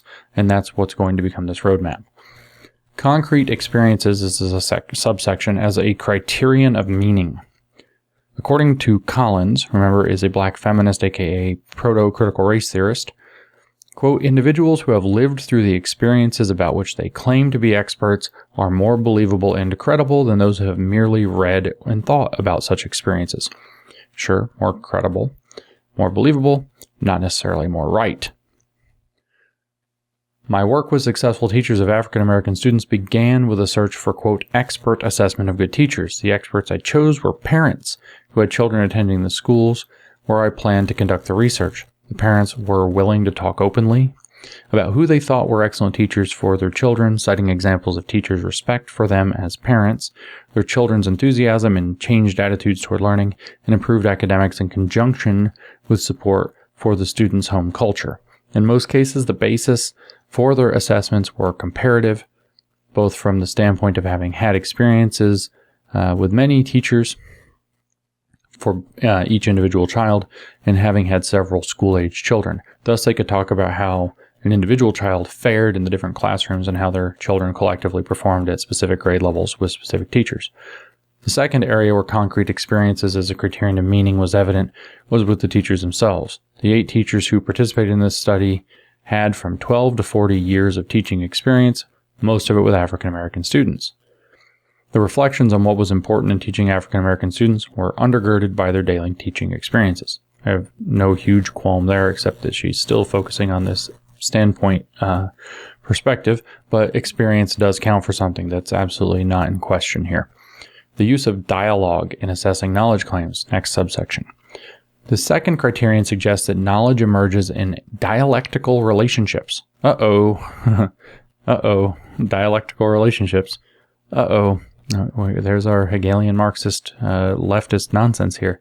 Rather than the voice of one authority, meaning is made as a product of dialogue between and among individuals. Dialogical education and dialogical approaches is what Paulo Freire focuses on. So Freire, though he's not cited here, his presence is felt. Of course, Freire is a Marxist education. So it's a dialogue. Meaning is made as a product of dialogue between and among individuals. In the case of my study, dialogue was critical in assessing knowledge claims. Yeah, how else are you going to know anything? Early in the study, each teacher participated in an ethnographic interview. Although I had specific areas I wanted to broach with each teacher, the teacher's own life histories and interests determined how much time was spent on the various areas. In some cases, the interviews reflect a teacher's belief in the salience of his or her family background and education. In other instances, teachers talked more about their pedagogical, philosophical, and political perspectives. Even after I began collecting data via classroom observations, it was the teacher's explanations and clarifications that helped to construct the meaning of what transpired in the classrooms. Additionally, after I collected data from classroom observations and classroom videotaping, the teachers convened as a research collaborative, again that weird word, to examine both their own and one another's pedagogy. In these meetings, meaning was constructed through reciprocal dialogue. Instead of merely accepting Berliner's notions that, quote, experts operate on a level of automaticity and intuition that does not allow for accurate individual critique and interpretation, that is, they cannot explain how they do what they do, together, the teachers were able to make sense of their own and their colleagues' practices. The ongoing dialogue allowed them the opportunity to recreate and rethink their practices. The ethic of caring. I care. Much has been discussed in the feminist literature about women and caring. That's actually in italics. Other feminists have been critical of any essentialized notion of women and suggest that no empirical evidence exists to support the notion that women care in ways different from men or that any such caring informs their scholarship or work. I argue that Collins' use of caring refers not merely to effective connections between and among people, but to the articulation of a greater sense of commitment to what scholarship and/or pedagogy can mean in the lives of people. For example, in this study, the teachers were not all demonstrative and affectionate toward the students.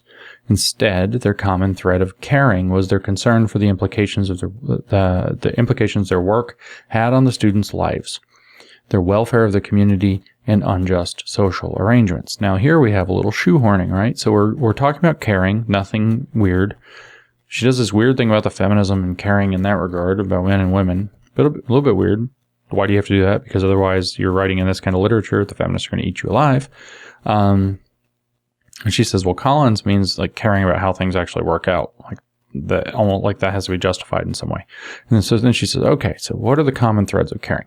And it's not just about being affectionate or demonstrative to students. What are the common threads? Well, what are the implications that the work has on students' lives? Caring about the outcomes, right?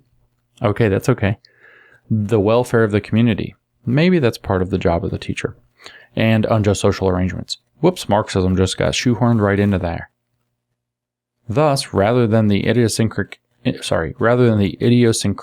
caring for individual students for whom they did seem to care, the teacher spoke of the import of their work for preparing the students for confronting inequitable and undemocratic social structures.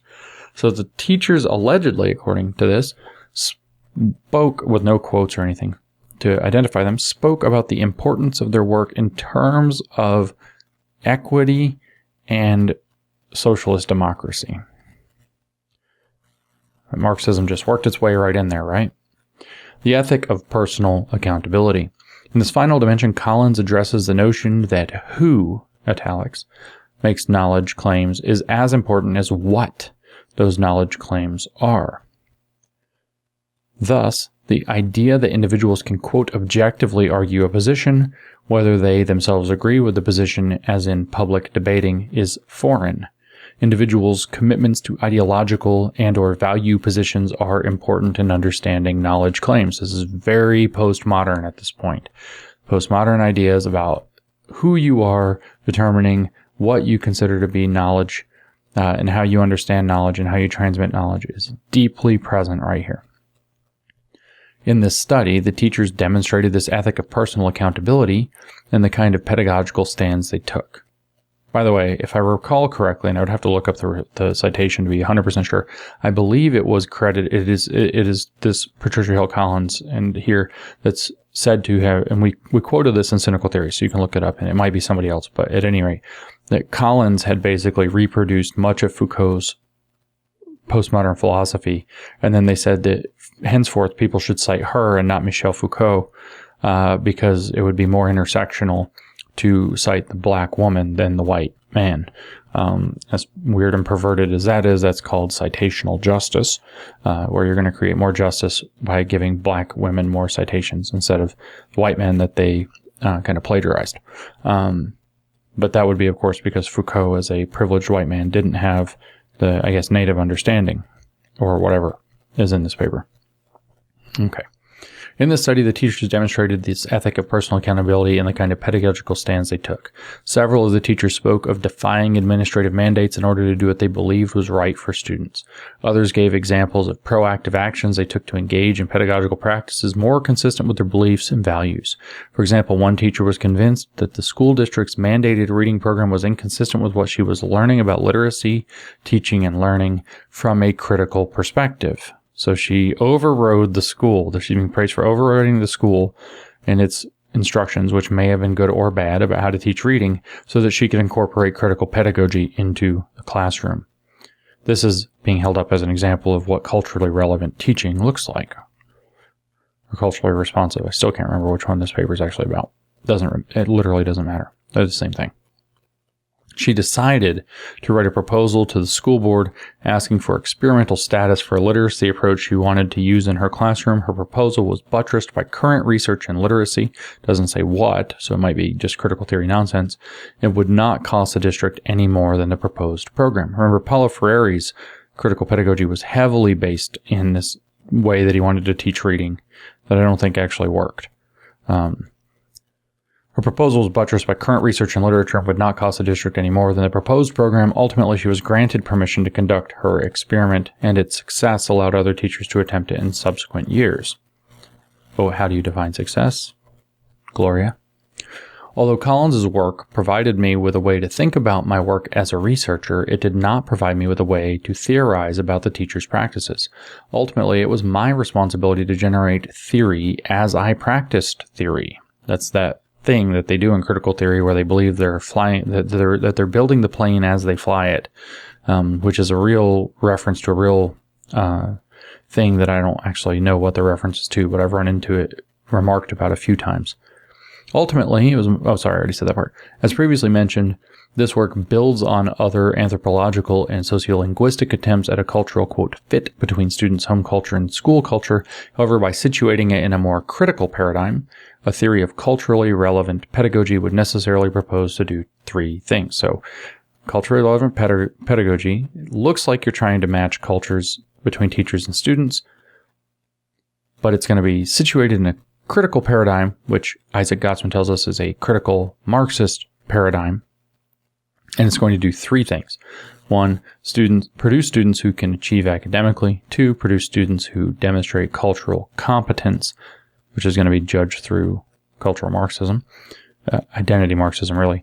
And three, develop students who can both understand and critique the existing social order. In other words, be Marxist activists. The next section discusses, so record scratch, back up. A theory of culturally relevant pedagogy would necessarily propose to do three things. Produce students who can achieve academically. Okay. Produce students who demonstrate cultural competence. Lot packed into cultural competence there. A lot packed into that, because cultural competence, if you believe in structural determination, or determinacy, requires you to accept the identity Marxist theories like critical race theory, queer theory, etc., to understand those cultures, quote unquote, correctly or authentically. And three, most importantly, let me just skip a bunch of that middle stuff and say this part again. A theory of, I'm going to say the thing and then say the other thing, with cutting out the middleman here. A theory of culturally relevant pedagogy would necessarily propose to develop students who can both understand and critique the existing social order. Let me rephrase that in plainer English. A theory of culturally relevant pedagogy would necessarily develop students into Marxist activists who use identity politics. The next section discusses each of these elements of culturally relevant pedagogy. Culturally relevant pedagogy and student achievement. Much has been written about the school failure of African American students, and lots are cited here. However, explanations for this failure have varied widely. One often cited explanation situates African American students' failure on their caste-like minority or involuntary immigrant status. Fun little sidebar here about involuntary immigrant. I don't know what Eb 1983 talks about. I'm going to tell you a story about Eb Du Bois, who's widely considered to be the father of critical race theory. I want to tell this story for so long I finally find a place where I can say it. Eb Du Bois, what I want to do is I want to drop this somewhere and just as a proposal and have some critical race theorists flip out on me for saying it. Because it's Eb Du Bois, but a lot of people don't know it. And so I think it's the second chapter of The Souls of Black Folk, which, by the way, believe it or not, I've read. Du Bois is going after Lincoln. He is pissed at Lincoln, and he's going after the Freedmen's Bureau and the people that were involved in it, and what we would recognize as a kind of very critical analysis. It's not really critical race theory, but it's like got that sort of vibe to it. And what he actually says is that what they screwed up, and Lincoln, who he calls the long-faced president, and then the Freedmen's Bureau, which represented the freedmen, the former slaves, what they should have done was, rather than simply granting citizenship to all of the millions of freed slaves, they should have used the Freedmen's Bureau to put them through a naturalization process akin to what you see on Ellis Island, and to have the blacks that were formerly slaves earn their citizenship and have to pass a citizenship test before they became citizens. And W.B. Du Bois says that had they done this, we would be in a very different position at his time, late 1800s, early 1900s, writing what became The Souls of Black Folk in 1903. Had they done this, we would have been in a very different position in 1903, he's saying, because you wouldn't have created out of the freed slaves a kind of permanent underclass. You would have naturalized them as citizens by bringing them into the American and integrating them into the American system formally and properly. Thus, would have circumvented this all involuntary immigrant status.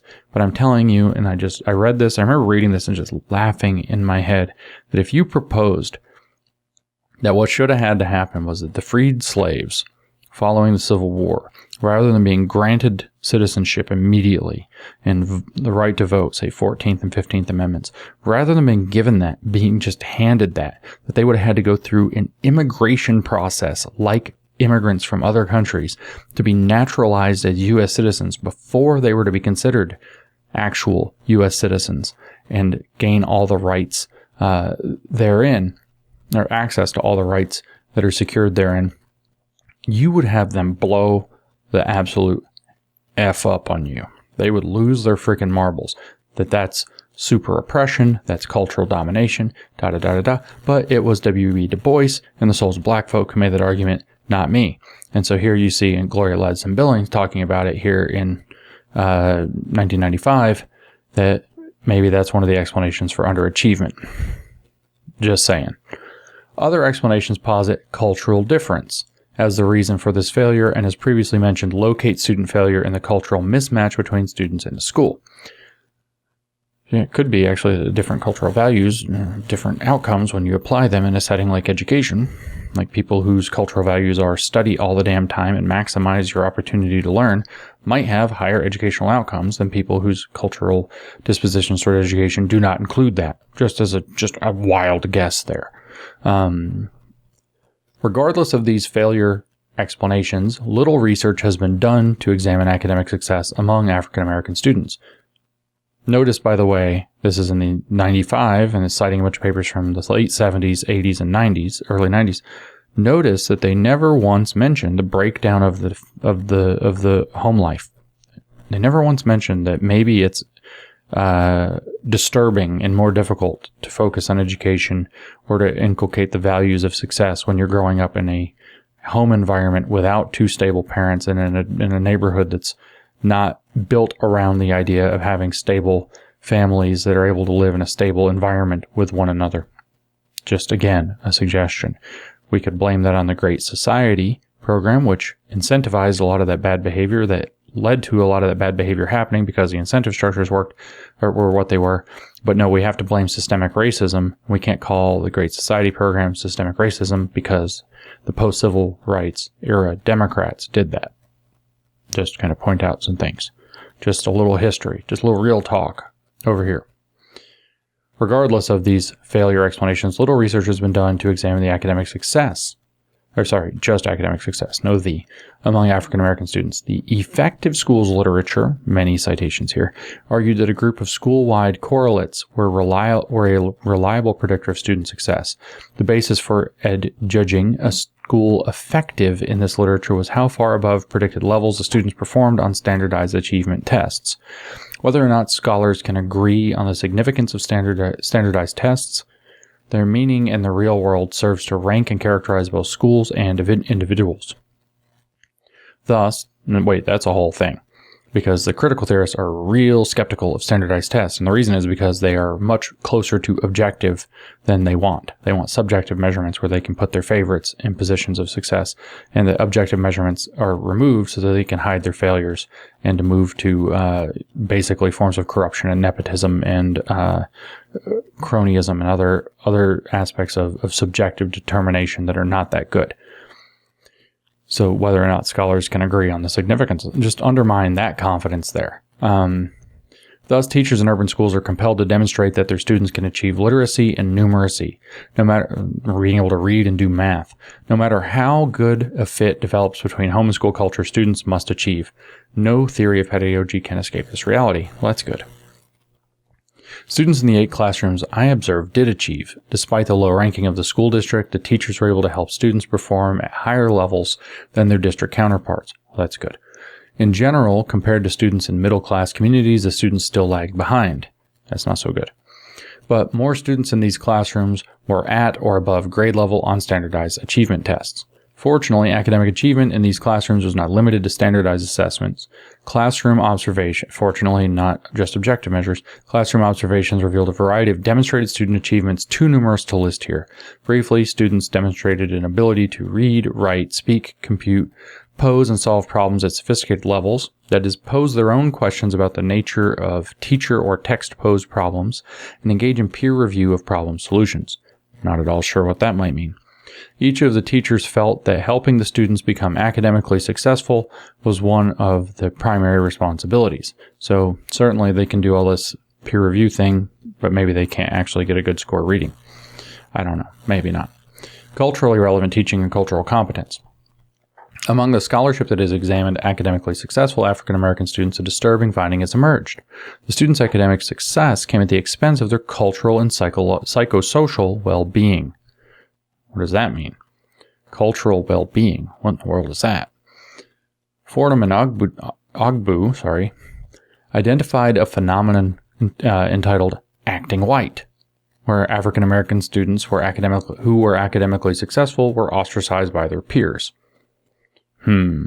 Acting white. Might have found part of your problem, but we're not allowed to name that problem. Because acting white is not acting authentically according to critical race theory. So we can't say that other kids accusing academic success stories among black students of acting white and betraying their culture. Can't say that that's the problem. Anyway, what a mystery. Bacon, that's a person, found that among African American high school students identified as gifted in their elementary grades, only about half were continuing to do well at the high school level. Wonder why? They just said you got made fun of for acting white if you were academically successful. A closer examination of the successful students' progress indicated that they were social isolates, with neither African American nor white friends. The students believed that it was necessary for them to stand apart from other African American students so that teachers would not attribute to them the negative characteristics that may have attributed to African American students in general. Didn't she say that 5 of the teachers out of the 8 were black?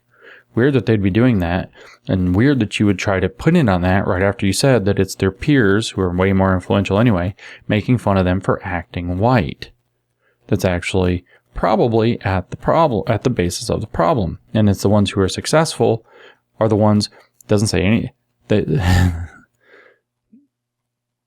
closer examination of successful students' progress indicated they were social isolates with neither African American nor white friends, so something to do with the teachers is why. Okay. The dilemma for African American students becomes one of negotiating the academic demands of school while demonstrating cultural competence. Now all of a sudden you get this idea that cultural competence means not acting white. That multicultural thing I mentioned at the beginning is not good. It doesn't work. Thus, culturally relevant pedagogy must provide a way for students to maintain their cultural integrity while succeeding academically. Because you're admitting, Gloria, that there is a tension between cultural integrity for certain students, namely black ones, and academic success, and you're looking everywhere but at that for your explanation for why education's not going so well. One of the teachers in the study used the lyrics of rap songs as a way to teach elements of poetry. Okay. From the rap lyrics, she went on to more conventional poetry. Students who were more skilled at creating and improvising raps were encouraged and reinforced. Another teacher worked to channel the peer group leadership of her students into the classroom and school-wide leadership. One of her African-American male students who had experienced multiple suspensions and other school problems before coming to her classroom demonstrated some obvious leadership abilities. He could be described as culturally competent in his language and interaction styles, wonder what that means, and demonstrated pride in himself and his cultural heritage, rather than, this is in Northern California, by the way, his cultural heritage. Rather than attempt to minimize his influence, the teacher encouraged him to run for 6th grade president and mobilize the entire class to organize and help run his campaign. To the young man's surprise, he was elected. His position as president provided the teacher with many opportunities to respond to potential behavior problems. It became a lever for her to control him. Okay. The same teacher made a point of encouraging the African American males in her classroom to assume the role of academic leaders. Their academic leadership allowed their cultural values and styles to be appreciated and affirmed because these African American male students were permitted, indeed encouraged, to be themselves in dress, language style, and interaction styles while achieving in school. The other students who regarded them highly because of their popularity were able to see academic engagement as, quote, cool. So you can kind of see what this is supposed to be about. Making learning cool for kids who don't think learning is cool. Maybe they think it's acting white, so now you have to put it into rap songs and make the cool, delinquent black kid into the school president to try to control his delinquent behavior, but also to make the other black students look up to him and decide that being successful academically is cool. Okay. Many of the self-described African-centered public schools have focused on this notion of cultural competence. Remember, the kids were culturally competent, whatever that means. To date, little data has been reported on the academic success of students in these programs. However, the work of African American scholars such as Rattray, Lee, Hilliard, Morel, and Asante, which I believe is the Afrocentrism guy who is it's probably I haven't looked at the bottom, Afrocentrism guy who is Ibram Kendi's weird mentor, has some very weird beliefs. If it is Molefi Keti Asante, if it's him, you should look him up. He's interesting. Deep ties to Ibram Kendi as well. And others indicates that African-centered education does develop students who maintain cultural competence and demonstrate academic achievement. Although remember that academic achievement lags behind other academic achievement, but at least it's some academic achievement. Culturally relevant teaching and cultural critique. Not only must teachers encourage academic success and cultural competence, they must also help students recognize, understand, and critique current social inequities. So it's not let's onboard that whole thing. Let's say that you think that what I just read about cultural competence isn't weird, doesn't miss anything important, and it works and it's great, and that's really something should be happening, and that's what culturally responsive or relevant or whatever culturally relevant teaching should be about. Let's just take by fiat that you agree with all that and say, okay, that's where it should probably stop, right? What is the first thing she says next is it's not enough. No, not only must teachers encourage academic success and cultural competence, not only must they do all what I just said, they must help students to recognize, understand, and critique current social inequities. They must turn them into activists. It is unambiguous what's here. They must turn them into critical identity Marxist activists. It is unambiguous what culturally relevant teaching is. And that means if you're going to recognize, understand, and critique current social inequities relevant to race, then critical race theory is going to be part of it.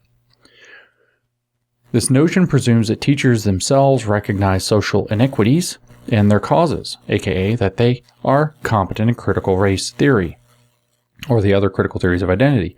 However, teacher educators, herself is one of them cited, but I don't see any names that leap out as oh no's, have demonstrated that many prospective teachers not only lack these understandings, but reject information regarding social inequity. In other words, they're not freaking Marxists. This suggests that more work on recruiting particular kinds of students into teaching must be done. Why do you want to have subjective measurements? So you can recruit the kind of kids who are going to grow up to become the Marxists who are going to become the teachers. Generational war. Although we are fortunate to have models for this kind of cultural critique emanating from the work of civil rights workers here in the United States, and I don't know those names, and in the international work of Freire, who is a Marxist, that has been incorporated into the critical and feminist work currently being done by numerous scholars, including Ellsworth, Giroux, Bell Hooks, Lather, and McLaren. Should look that guy up. Teachers who meet the cultural critique criteria must be engaged in critical pedagogy. Those are all critical pedagogists, by the way. This is all that we must bring critical Marxism into education if we're actually going to have culturally relevant pedagogy. It is part and parcel. And that means if it's going to be about race, it's going to be critical race theory. Don't let them lie to you. So let me read that part again. Teachers who meet the cultural critique criteria must be engaged in a critical pedagogy, which is, as defined by Giroux and another guy, Simon, a deliberate attempt to influence how and what knowledge and identities are produced within and among particular sets of social relations. Marxism, Marxism, Marxism. It can be understood as a practice through which people are incited to acquire a particular, quote, moral character. In other words, they are going to groom your kids, program your kids into a morality of, if we can call it that, of Marxism, as both a political and practical activity. Political, this is your kids. It attempts to influence the occurrence and qualities of experiences. So Ladson-Billings has to say about it this: thus the teachers in this study were not reluctant to identify political underpinnings of the students' community and social world. One teacher worked with her students to identify poorly utilized space in the community, examine heretofore inaccessible archival records about the early history of the community, plan alternative uses for a vacant shopping mall, and write urban plans, which they presented before the city council. Activism. In a description of similar political activity, a class of African-American middle school students in Dallas identified the problem of their schools being surrounded by liquor stores. Zoning regulations in the city made some areas dry while the student school was in a wet area. The students identified the fact that the schools were serving white, upper middle class students were located in dry areas while schools in poor communities were in wet areas. The students, assisted by their teacher, planned a strategy for exposing this inequity. By using mathematics, literacy, social, and political skills, the students were able to prove their points with reports, editorials, charts, maps, and graphs. In both of these examples, teachers allowed students to use their community circumstances as official knowledge. Okay, so some of this I was kind of on board with, like that's kind of cool. I bet it got ascribed to racism. Less cool. In both of these examples, teachers allow students to use their community circumstances as official knowledge, citing Michael Apple, Marxist educator. Their pedagogy and the students' learning became a form of cultural critique. In other words, teaching kids to be Marxist activists, using identity politics as the tool. Theoretical underpinnings of culturally relevant pedagogy, she's going to tell us about now. As I looked and listened to exemplary teachers of African American students, I began to develop a grounded theory of culturally relevant pedagogy. Again, you can look up what grounded theory is for yourself. It's not what I'm doing here today. It's a qualitative research method, though, and I made fun of it in my in the Grievance Studies Affair papers. The teachers in this study met the aforementioned criteria of helping their students to be academically successful, culturally competent, and socio-politically critical. However, the ways in which they met these criteria seemed to differ markedly on the surface. Some teachers seemed more structured or rigid in their pedagogy. Others seemed to adopt more progressive teaching strategies. What theoretical perspectives held them together and allowed them to meet the criteria of culturally relevant teaching, which, by the way, remember, requires you to make social activists out of your kids using critical theory as a tool. In other words, turning them into Marxist activists. One of the places I began to look for these commonalities was in teachers' beliefs and ideologies. Lippmann, 1993, has suggested that despite massive attempts at school reform and restructuring, teacher ideologies and beliefs often remain unchanged, particularly toward African American children and their intellectual potential. Thus, so now there's their not-so-subtle accusation of racism. Thus, in the analysis of the teacher interviews, classroom observations, and group analysis of videotape segments of their teaching, I was able to deduce some broad propositions or characteristics that serve as theoretical underpinnings of culturally relevant pedagogy. I approach the following propositions tentatively to avoid an essentialized and or dichotomized notion of the pedagogy of excellent teachers. What I propose represents a range or continuum of teaching behaviors, not fixed or rigid behaviors that teachers must adhere to in order to merit the designation, quote, culturally relevant. The need for these theoretical understandings may be more academic than pragmatic. The teachers themselves feel no need to name their practice culturally relevant. No kidding. However, as a researcher and teacher educator, I am compelled to try to make this practice more accessible, particularly for those prospective teachers who do not share the cultural knowledge, experiences, or understandings of their students. The three broad propositions that have emerged from this research center around the following. You can't center around something, by the way. You can center upon something. You can revolve around. That's just one of those style things that got drilled into my head in my high school English class. But anyway. First, the conceptions of self and others held by culturally relevant teachers. Second, the manner in which social relations are structured by culturally relevant teachers. And third, the conceptions of knowledge held by culturally relevant teachers. So conceptions of knowledge means we're going to come at this from postmodernism. Social relations means we're going to come at this by Marxism. Conception of self and others. The sociology of teaching literature suggests that despite the increasing professionalization of teaching, the status of teaching as a profession continues to decline. How about that? The status of teaching keeps going down the more formal they make it in terms of their weird professional practices. And this is by the 90s where the Marxism was already working its way in. Shocker. Make it more and more bureaucratic and people don't think of it as highly. Shocker. The feeling of, like, you remember when it was less bureaucratic is what they're saying, and parents in the society regarded teachers in a more positive light? Wow. The feeling of low status is exacerbated when teachers work with what they perceive to be low status students. However, as I acted as a participant observer in the classrooms of exemplary teachers of African American students, a participant observer, So did you bother the classrooms that you're observing to learn how they work? That seems like good research methodology. Both what they said and did challenged this notion. In brief, the teachers believed that all the students were capable of academic success. Good. Saw their pedagogy as art, unpredictable, always in the process of becoming. Okay, hang on.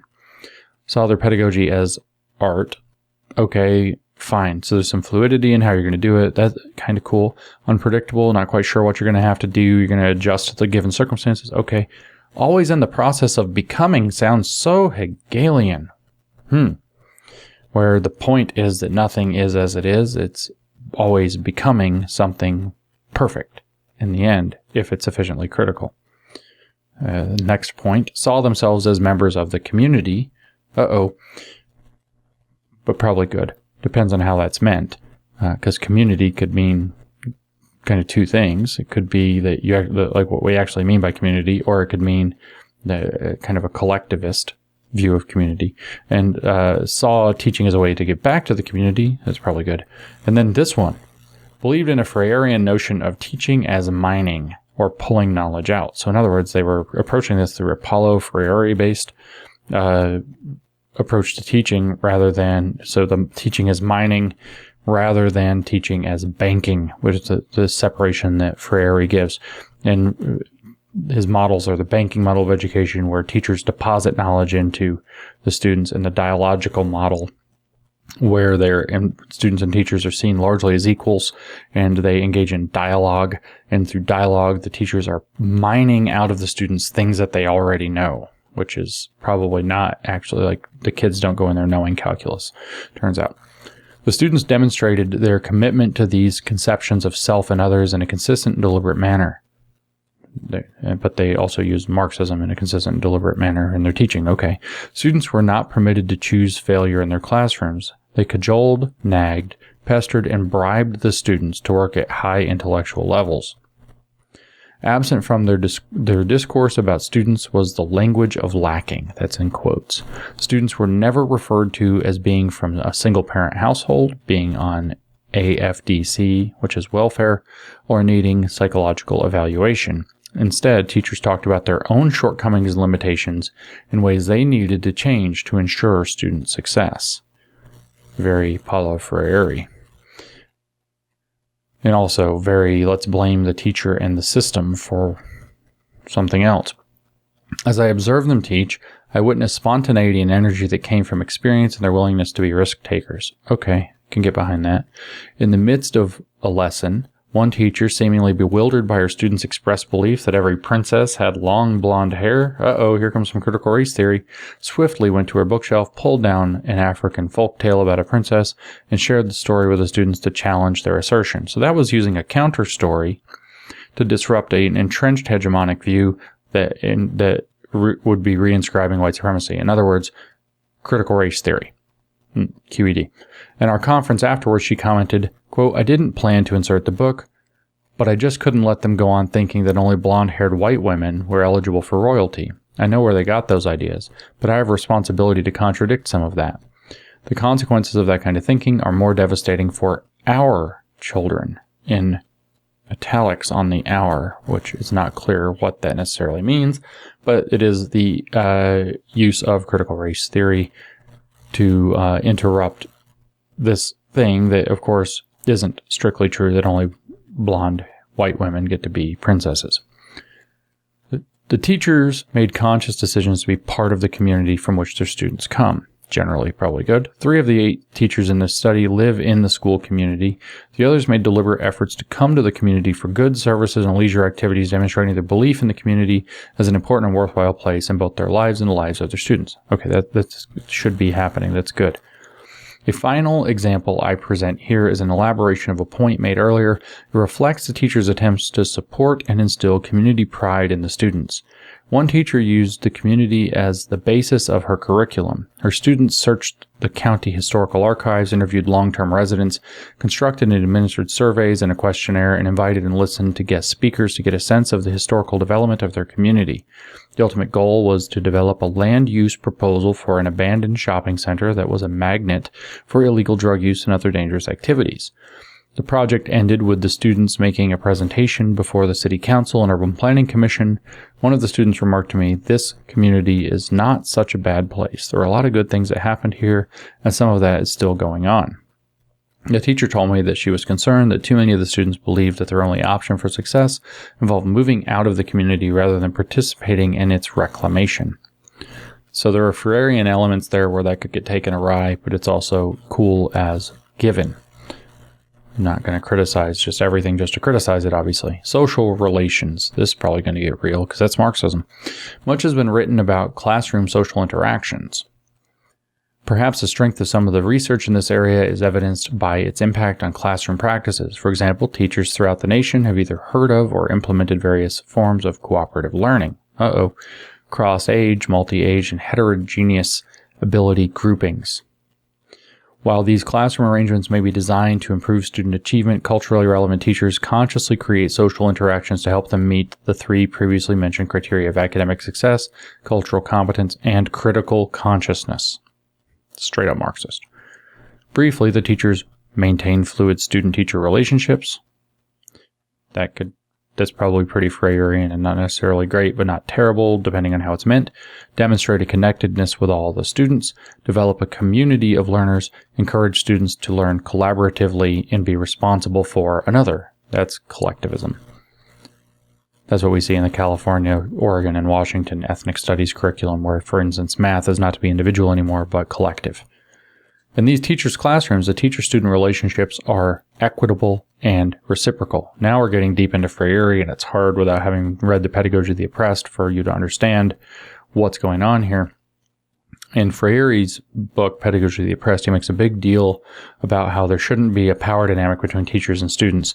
The teachers and students, because that reproduces domination and oppression. So what there should be are teacher-students and student-teachers who are roughly equal. So the teachers learn more from their students than they teach, for example, is the kind of common refrain from there. So here the teacher-student relationships are equitable and reciprocal. So what we're seeing is an elevation of students to be on par with teachers. Now, maybe in adult education, there's something okay about that because it's adult education, and a lot of what Freire was pointing at was in fact adult education, not to give him any credit because he made a disaster, but children actually need to learn to respect authority and boundaries, and they need that structure that comes from authority figures, and a teacher turns out to be one of those things. So breaking that relationship there is actually developmentally inappropriate, and it's not healthy.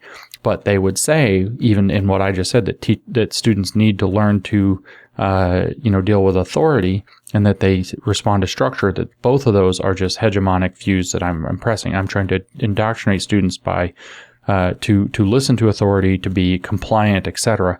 But I'm not saying that. I'm saying that it's developmentally appropriate, which is just a fact of nature that children do better when there's authority and boundaries and structure in which they can work, and they can test the edges of that, and they can move within it. So this is some crap. Equitable reciprocal relationships. And you think, that's not what she means. Really? All of the teachers gave students opportunities to act as teachers. In one class, the teacher regularly sat at a student's desk while the student stood at the front of the room and explained a concept or some aspect of student culture. So they make the students become teachers, and the teachers teach about their culture, while the teacher humiliates herself, I suppose, because they're all female, and sits in a student desk and listens. There's nothing wrong necessarily with that, but that is the breakdown of the power dynamic. And that power dynamic isn't really a power dynamic. It's a structure of authority and hierarchy that is actually developmentally appropriate through even up into high school for the most part for these kids to be growing up in. And then what are the kids' authorities on?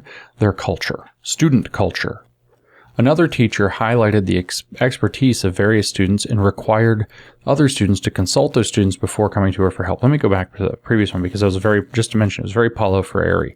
This is, now you're recruiting the other students. This is going to be the collectivism thing. You're recruiting other students to be basically de facto teacher's assistants, consult other students before coming to her for help. Did you ask Jamal how to do those math problems? Make sure you check with Latasha, before you turn in your reading. Because she acknowledged a wide range of expertise, the individual students were not isolated from their peers as teachers' pets, because that's the only thing that would happen. Instead, all of the students were made aware that they were expected to excel at something, and that the teacher would call on them to share that expertise with classmates. Now, that could be an excellent opportunity for helping one another, etc., and even for teaching about the law of comparative advantage and some other things. But it can also be used to push collectivism. I wonder which one Gloria wants to do. The culturally relevant teachers encouraged a community of learners rather than competitive individual achievement. Aha, we know which one she's going to do. Collectivism. By demanding a higher level of academic success for the entire class, individual success did not suffer. However, rather than lifting up individuals and perhaps contributing to feelings of peer alienation, the teacher made it clear that they were working with smart classes. For many of the students, this identification with academic success was a new experience. Quote, Calvin was a bad student last year, said one student, "And that was last year," replied the teacher, as she designated Calvin to lead a discussion group. Another example of this community of learners was exemplified by a teacher who herself was a graduate student. She made a conscious decision to share what she was learning with her 6th graders. Every Friday after her Thursday evening class, the students queried her about what she learned. So she's telling her students what she's learning as a grad student in grad school. I guess to illustrate that she also is a student as well, and to break down that barrier. We'll get more into that story in a second, but we'll pause for a second to go backwards to the previous example where Calvin was a bad student, and that was last year. So what you see here then is something that, and this is going to be a lot of what happens with this kind of stuff, is something so ambiguous, and this makes it so hard to criticize and pull out of schools, that it could easily be good teaching practice, or it could easily be used to warp the kids into collectivism, which is indoctrination and programming. And which one is it? Well, in any given instance, it's so hard to tell that you almost can't make blanket pronouncements to say which one it is. Now we go back to our grad student. A demonstration of the student's understanding of what she was learning occurred during the principal's observation of her teaching. A few minutes into a discussion where students were required... This is a beautiful little story. By the way, this whole paper, have you noticed, is storytelling? 8 teachers, let's tell a bunch of stories. So now we're going to make a model for all of education based off of that. A few minutes into a discussion where students were required to come up with questions they wanted answered about the book they were reading, a young man seated at the table near the rear of the class remarked with seeming disgust, quote, "We're never going to learn anything if y'all don't stop asking all of these low-level questions." His comment was evidence of the fact that the teacher had shared Bloom's Taxonomy of Educational Objectives, 1956, with the class. Now, a lot of all of this woke nonsense, and I'm not an expert on Bloom's taxonomy yet. A lot of this woke nonsense, I'm told by people who know it better than I do, is just a rehashing of this hot mess of Bloom's Taxonomy of Educational Objectives. It's apparently an important book that sometime I should probably go back to, but I don't want to be the education guy. Everybody, you do it. At another time, 2 African-American boys were arguing over a notebook. Quote, "What seems to be the problem?" asked the teacher. "He's got my metacognitive journal," replied one of the boys. Metacognitive journal?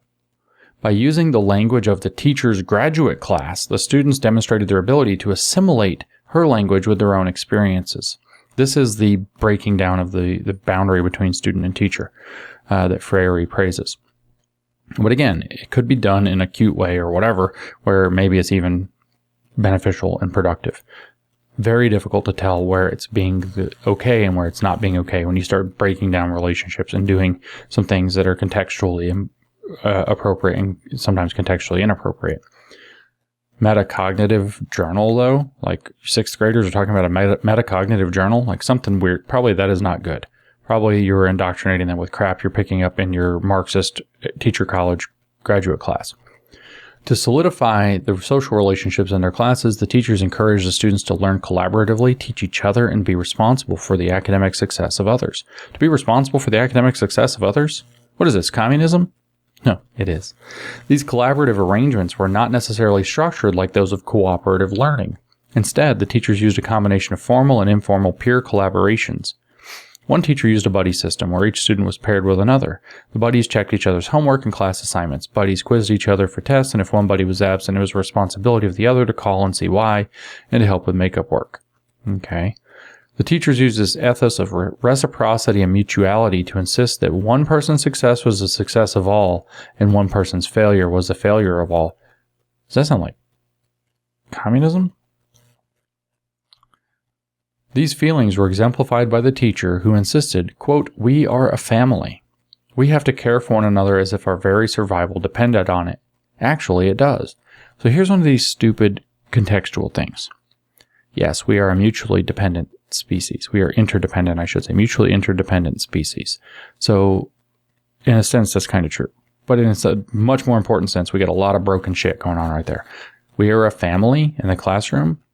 You start thinking in terms of what we're seeing now in 2022, which is 27 years after this paper was written, and you see the way that the Marxists are trying to use the teaching classroom to replace the family. They want to take the kids out of the family. We're seeing this on social media, the various videos, reading it in the stuff that they're putting out. This is being exposed far and wide. We have political candidates talking about it, like that the parents have no role, then they don't have a right about the curriculum and whatever.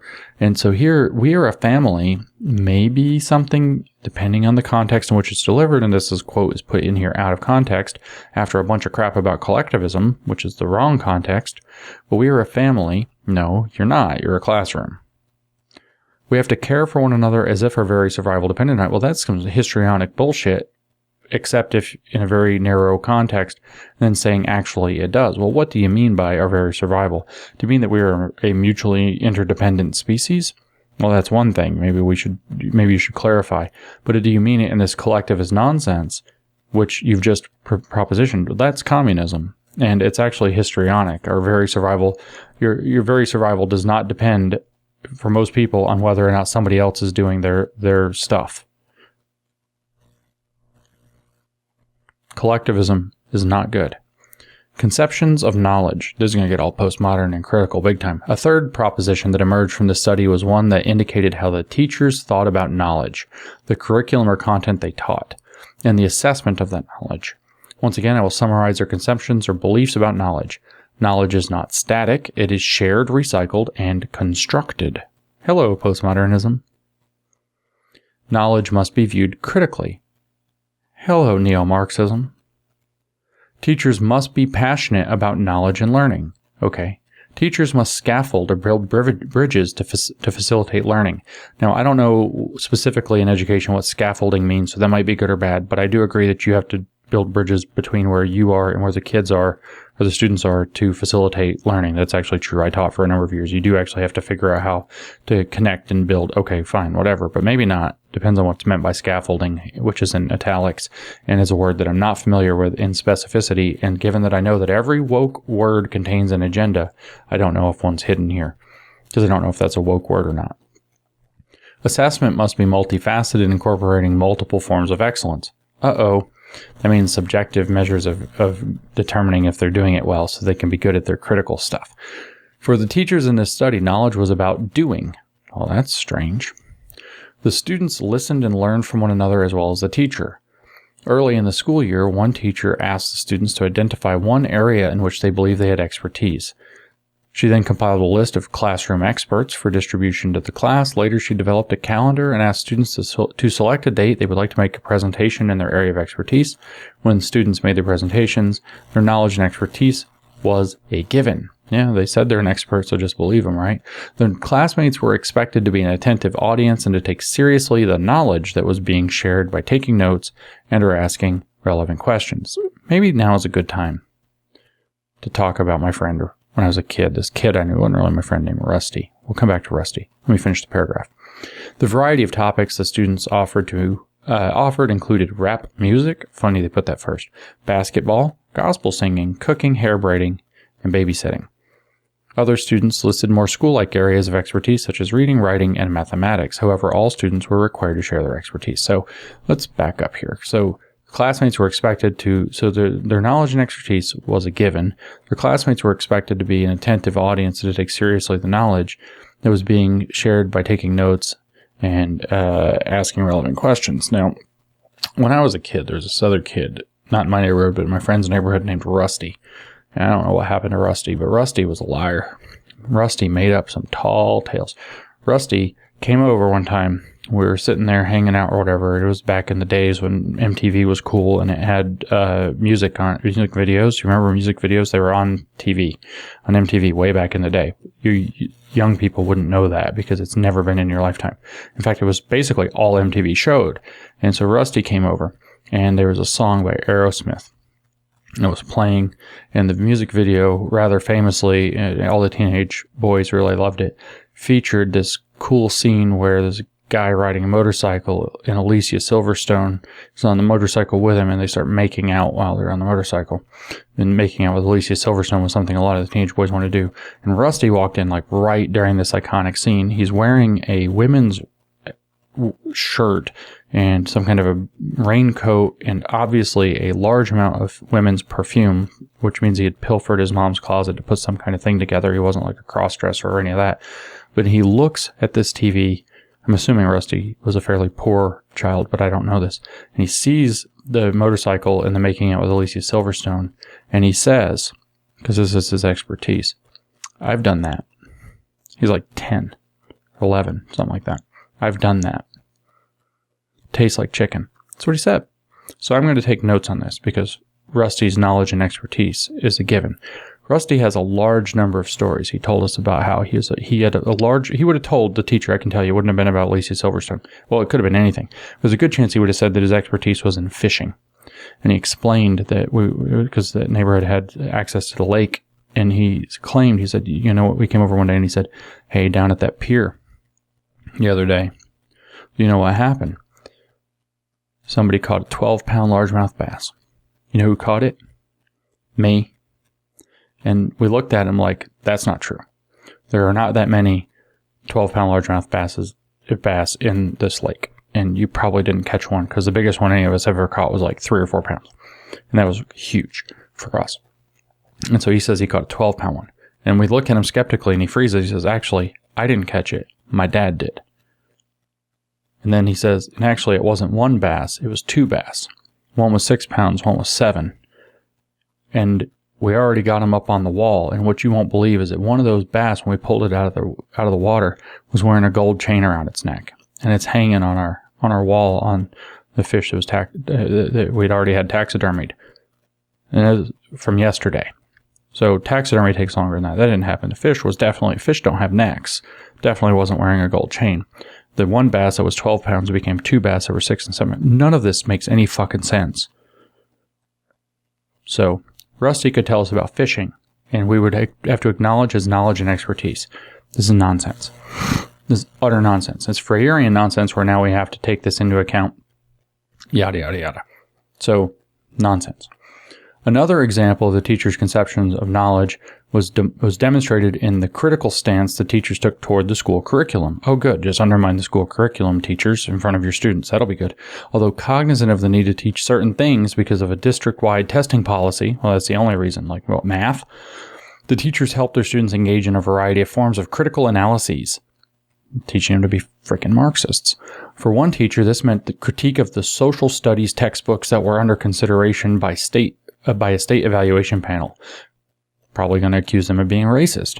For 2 of the other teachers, critique came in the form of resistance to district-approved teaching materials.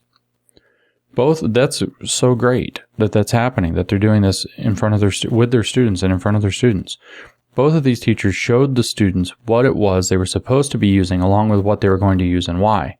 They both trusted the students with this information and enlisted them as allies against the school district's policies. So they incorporated them into their own stupid activism and turned them into activists while giving them information that is outside of the appropriate relationship and their job. Because critical theorists, of course, are superiority complexes, or Marxists have a superiority complex, and they don't believe that the rules should apply to them. Great that they're doing that with their students. And I'm sure that went really well for their educational quality there. A final example in this category concerns the teacher's use of complex assessment strategies. Several of the teachers actively fought the students' right answer approach to school tasks without putting the students down. So getting the right answer, the teachers actively fought the students' right answer approach to school tasks without putting the students down. They provided them with the problems and situations and helped the students to say aloud the kinds of questions they had in their minds but had been taught to suppress in most other classrooms. For one teacher, it was the simple requiring of students to always be prepared to ask why. Thus, when she posed a mathematical word problem, the first question usually went something like this: why are we interested in knowing this? Or someone would simply ask, why are we doing this problem? The teacher's response was sometimes another question. Who thinks they can respond to that question? At other times, the teacher would offer an explanation and then ask, are you satisfied with the answer? If a student said yes, she might say, you shouldn't be. Just because I'm the teacher doesn't mean I'm always right. The teacher was Are you satisfied with the answer? The teacher was careful to help students to understand the difference between an intellectual challenge and a challenge to the authority of their parents. Thus, as the students were affirmed in their ability to code switch or move with facility in language between African American language and a standard form of English, what? They were supported in the attempts at role switching between school and home. Another teacher helped her students to choose both the standards by which they were to be evaluated and the pieces of evidence they wanted to use as proof of their mastery of particular concepts and skills. None of the teachers, Another teacher helped her students to choose both the standards by which they were to be evaluated and the pieces of evidence they wanted to use as proof of their mastery of particular concepts and skills. Yeah, okay. The students write the tests. McWorld! None of the teachers or students seemed to have test anxiety about the school district's standardized tests. Instead, they viewed the tests as necessary irritations, took them, scored better than their age mates at their school, and quickly returned to the rhythm of learning in their classroom. Conclusion. So just now that we've done this, other than the fact that it shuttled in a whole lot of Marxism and talked about rap and basketball, does anybody have the slightest idea what culturally relevant teaching is yet? No, you don't. But we're at the conclusion to the paper now. I began this article arguing for a theory of culturally relevant pedagogy. I also suggested that the tensions that surround my position as a native in the research field force me to face the theoretical and philosophical biases I bring to my work in overt and explicit ways. Now, you never actually did that. You just quoted Patricia Collins and said you were going to do it and then actually never did it. Thus, I situated my work in the context of black feminist thought. So you gave some paragraphs about what Patricia Collins says, and then you did the opposite of addressing your biases because you're a freaking black feminist. I suggested that that culturally relevant teaching must meet 3 criteria, so we can learn what culturally relevant pedagogy or teaching is: an ability to develop students academically, a willingness to nurture and support cultural competence, which is that multicultural nonsense, and the development of a socio-political and critical consciousness. Yikes. Marxists. Next, I argued that culturally relevant teaching is distinguishable by 3 broad propositions or conceptions regarding self and other, social relations, and knowledge. With this theoretical perspective, I attempted to broaden notions of pedagogy beyond strictly psychological models. I have also argued that earlier sociolinguistic explanations have failed to include the larger social and cultural context of students, and the cultural ecologists have failed to explain student success. I predicated the need for a culturally relevant theoretical practice on the growing disparity between the racial, ethnic, and cultural characteristics of teachers and students, along with the continued academic failure of African American, Native American, and Latino students. Have Latino students been mentioned almost at all before this? Although I agree with Haberman's assertion from 1991 that teacher educators are unlikely to... Let me just start that sentence over. Although I agree with Haberman's 1991 assertion that teacher educators are unlikely to make much of a difference in the preparation of teachers to work with students in urban poverty unless they are able to recruit, quote, better teacher candidates, I still believe that researchers are obligated to re-educate the candidates we currently attract toward a more expansive view of pedagogy. So she's saying that teacher colleges in 1995 need to re-educate potential teachers into what she's talking about, which includes Marxism. This can be accomplished partly by helping prospective teachers understand culture, their own and others, and the ways it functions in education. Rather than add-on versions of multicultural education or human relations courses that serve to exoticize diverse students as, quote, other, a culturally relevant pedagogy is designed to problematize teaching and encourage teachers to ask about the nature of the student-teacher relationship, the curriculum, schooling, and society. In other words, it's unfortunate that we haven't done Paulo Freire's Pedagogy of the Oppressed yet, because you'd know what this is talking about, but bring Paulo Freire's critical pedagogy into this whole school system. In other words, to turn our school system into his crackpot Marxist approach to education, so that you can problematize student-teacher relationships, the curriculum, schooling, and society. Maybe you can reimagine something afterwards. This study represents a beginning look at the ways that teachers might systematically include student culture in the classroom as authorized or official knowledge. hello postmodernism, is also a way to encourage praxis as an important aspect of research. Hello Marxism. This kind of research needs to continue in order to support new conceptions of collaboration between teachers and researchers, practitioners, and theoreticians. Practice and theory, practice and theory, practice and theory. Marxism. Remember that the point from Marx is that practice and theory, following Hegel actually, is that the practical idea and the theoretical idea are going to fuse into the absolute idea when the utopia is reached at the end of history. So practitioners and theoreticians are going to be brought in to support new conceptions of collaborations between them. Marxism. We need research. This is the dialectical thing she mentioned early on, and we just kind of glazed over it. We need research that proposes alternate models of pedagogy, coupled with exemplars of successful pedagogues. Most importantly, we need to be willing to look for exemplary practice in those classrooms and communities that too many of us are ready to dismiss as incapable of producing excellence. The implication of continuing this kind of work means that research grounded in the practice of exemplary teachers will form a significant part of the knowledge base on which we should build teacher preparation. It means that the research community will have to be willing to listen and to heed the, quote, wisdom of practice of these excellent practitioners. Additionally, we will need to consider methodologies that present more robust portraits of teaching. Meaningful combinations of quantitative and qualitative inquiries must be employed to help us understand the deeply textured, multi-layered enterprise of teaching. So we're going to water down what research means. We're going to get away from rigorous objective standards. We're going to get away from objectively measuring the results of teaching interventions. We're going to get more and more kind of fuzzy, more humanities-oriented, less objective-oriented. And we're going to turn education into a mismatch of bullshit. I presume that the work I've been doing raises more questions than it answers. Yeah, because other than saying that you never said how it's going to produce academic excellence, so it was one of your key points. You never actually defined very clearly what you mean by cultural competence, but it seems to mean black people acting black. But it'd be good if you actually clarified that.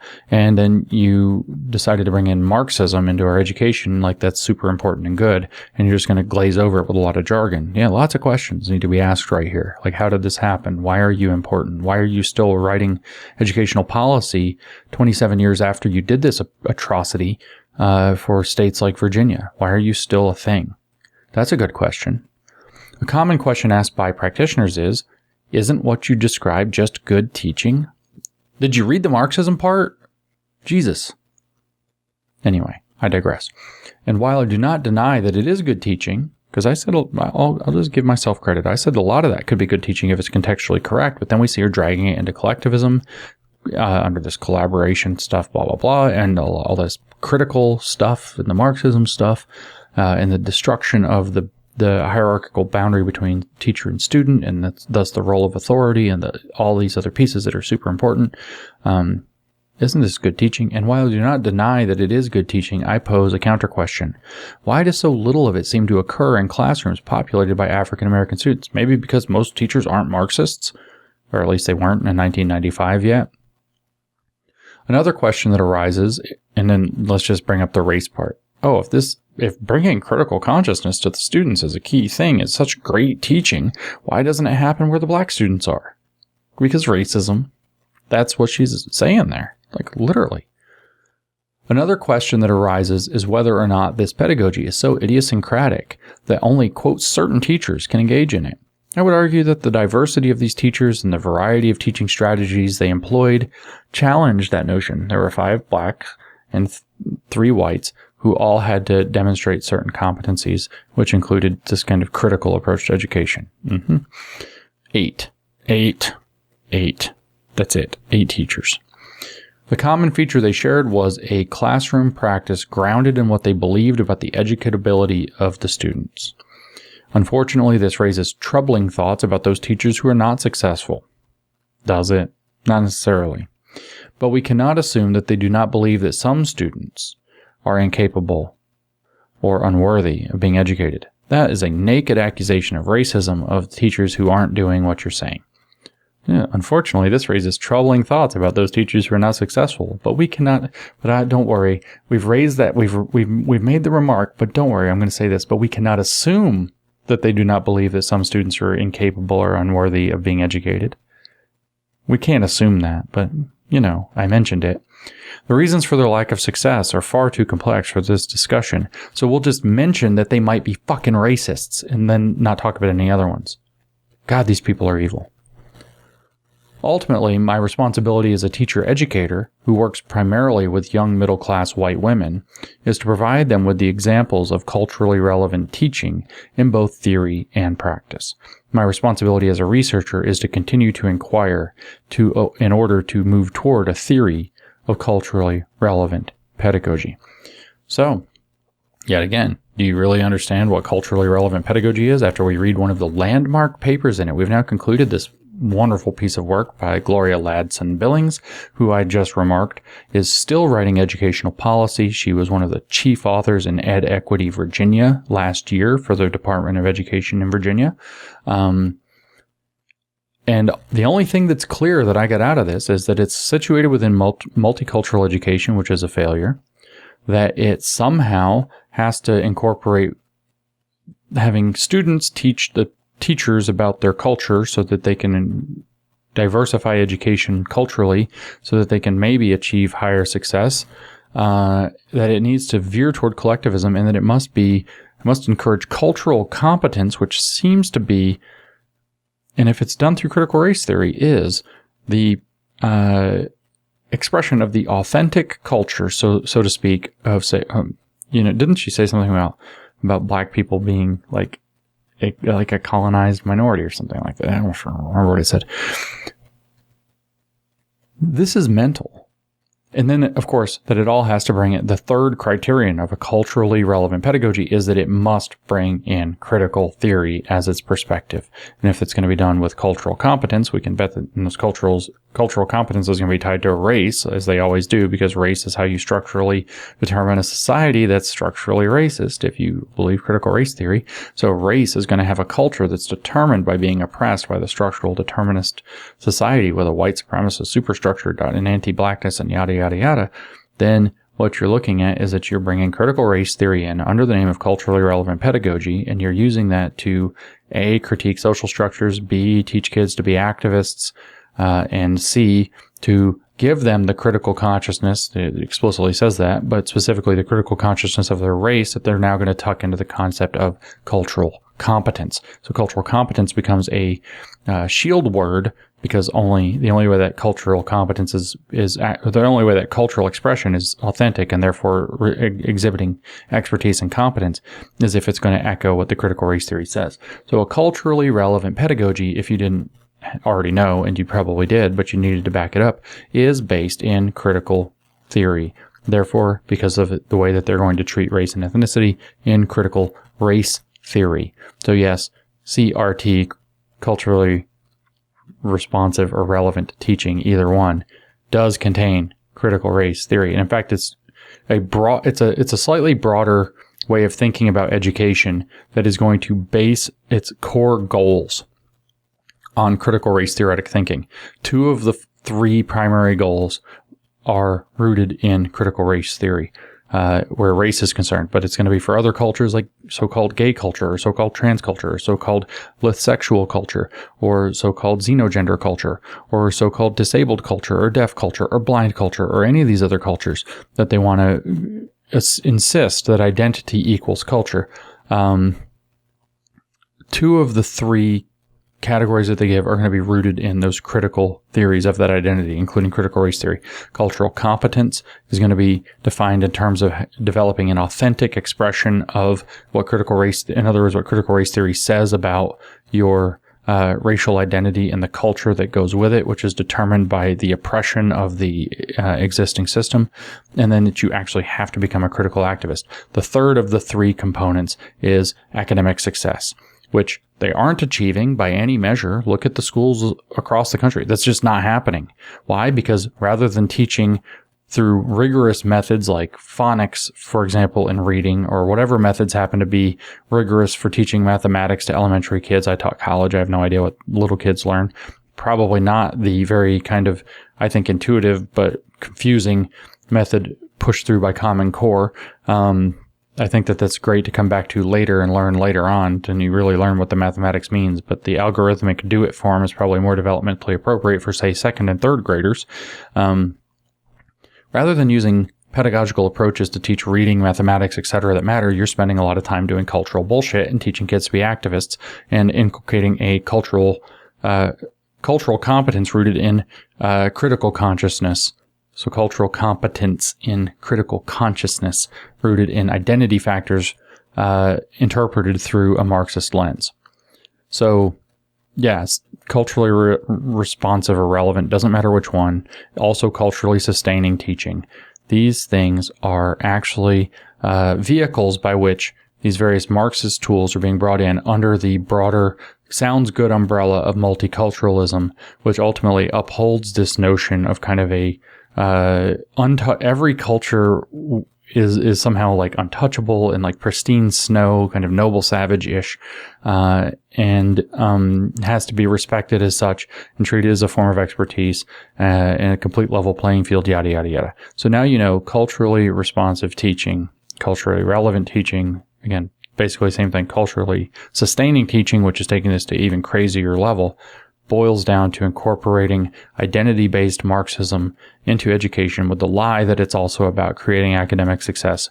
And how do you know it's a lie even though they say it? Because they're not achieving it anywhere, because they're wasting all their time teaching critical theory lesson or reinterpreting mathematics in terms of critical theory, or turning your reading lesson into a critical theory lesson, talking about how that makes you feel and all this crap instead. And spending a lot of time dealing with, let's make this more culturally relevant or culturally responsive or culturally competent, and teaching about culture, and keeping everything in the world of these nonsense social studies, while teaching the kids, as it said repeatedly in this paper, to be activists in service to that cultural competence and critical consciousness that they're raising. So, ta-da, culturally relevant teaching is rooted in critical race theory, and there's no getting around it, even though it didn't say that explicitly in this paper. It does in others, but this is kind of a foundational paper, so this is the one I wanted to read to you. So now you know, now you have the evidence. Sorry it took so long. Just wait till the SEL paper, it's even longer.